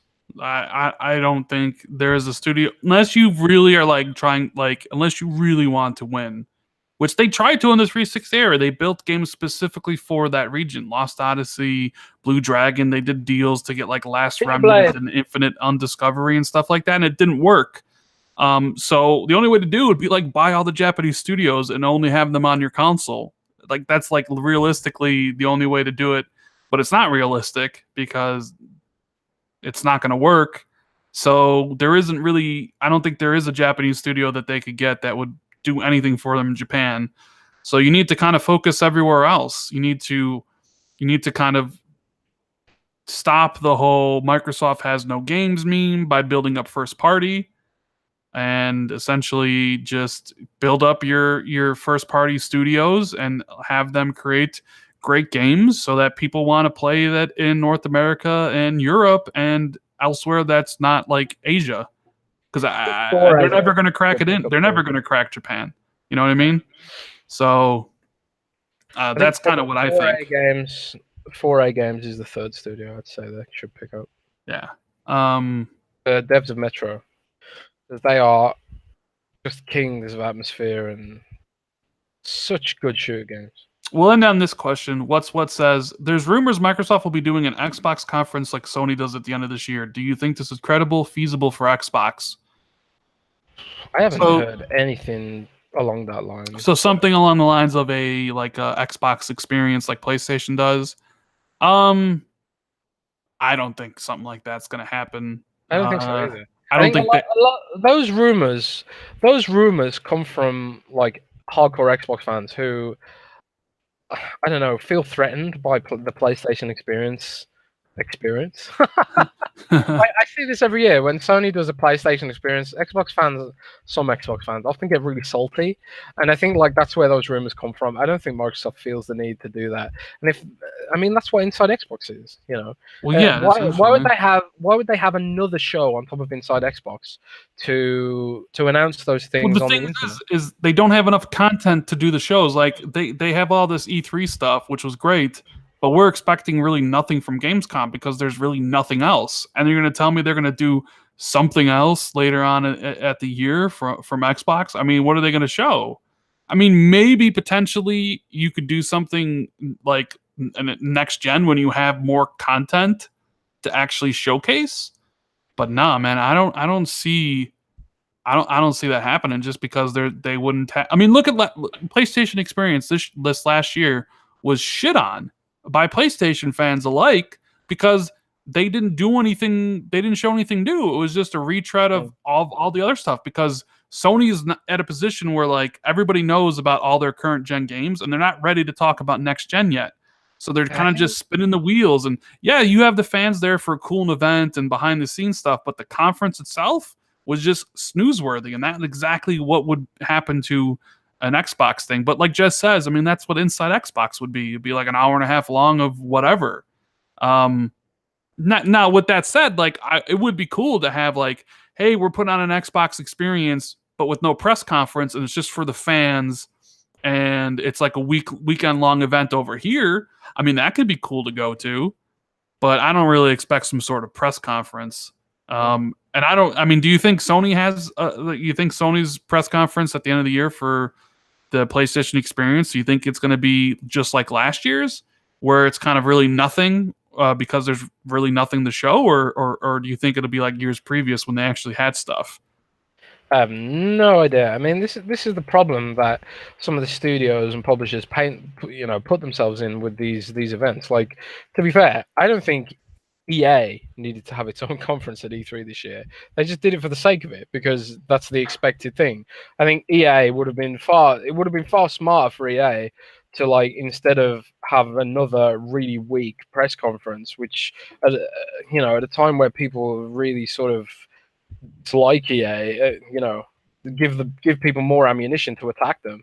Why would they do that? I think it would have been smarter for EA to like sell their presentations to Xbox and PlayStation instead, to have it on their stage.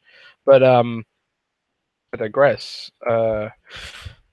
I don't think you gotta have content for these shows, and we're like Rand and said, and like what we've said is we're a long way away from Microsoft's new lineup of first-party devs having anything to show. So I think you gotta have the content. Otherwise, what's the point? I think Inside Xbox serves that purpose pretty well. Yeah, pretty much. And people already don't like that show as it is. So, anyways, that's going to be the show for today. Make sure you guys hit that like button and subscribe to the channel. I didn't even tell anybody I liked the show today. We had like 350 people. At the start, but usually I do it in the middle. We had 350 people, but only 122 likes. It's like, yo, just hit that like button for me, please. Follow Jez. His link is in the description to the video. You can follow him on Twitter. Don't follow me. What do you working on any leaks or anything? Like on Windows Central? It's always quiet in the summer. That is true. There's there's interesting stuff for me on the operating system side, but like as pertains to stuff most normal people are interested in, probably not. I'm getting a Surface Go at the end of the month, I've decided, and I'm going to test it as a gaming tablet because I've seen some videos, man. It runs the Surface Go, for those who don't know, is a 10-inch Intel Pentium Gold tablet running Windows, and then it runs Skyrim pretty well, like the Switch. So it's literally a controller dock away from being an Xbox Switch. So I'm going to be testing that soon. Yeah, so thanks everybody for watching live with us here on YouTube. We always appreciate the support and the live crowd that comes in and leaves us some great comments in the chat. If you have anything you want to say in the comments when this video goes live, make sure you put them down there. And thank you guys if you're watching later on Google or iTunes or SoundCloud. And if you are listening right now on YouTube, you can always check out the links to those. If you want to like take the podcast on the go, there's always in the description of the video as well. And as usual, I think the podcast goes up on those services about 2 days after we do the live show. So it might go up early this week because I am going to be away all weekend from my computer. So it'll be up for everybody to listen to on the weekend. And we hope you have a great rest of the day as well as a great weekend. And we will be back hopefully on Thursday next week with some more exciting topics and banter for you guys. Thanks for watching, and we'll see you in the next show. Okay, guys. Later.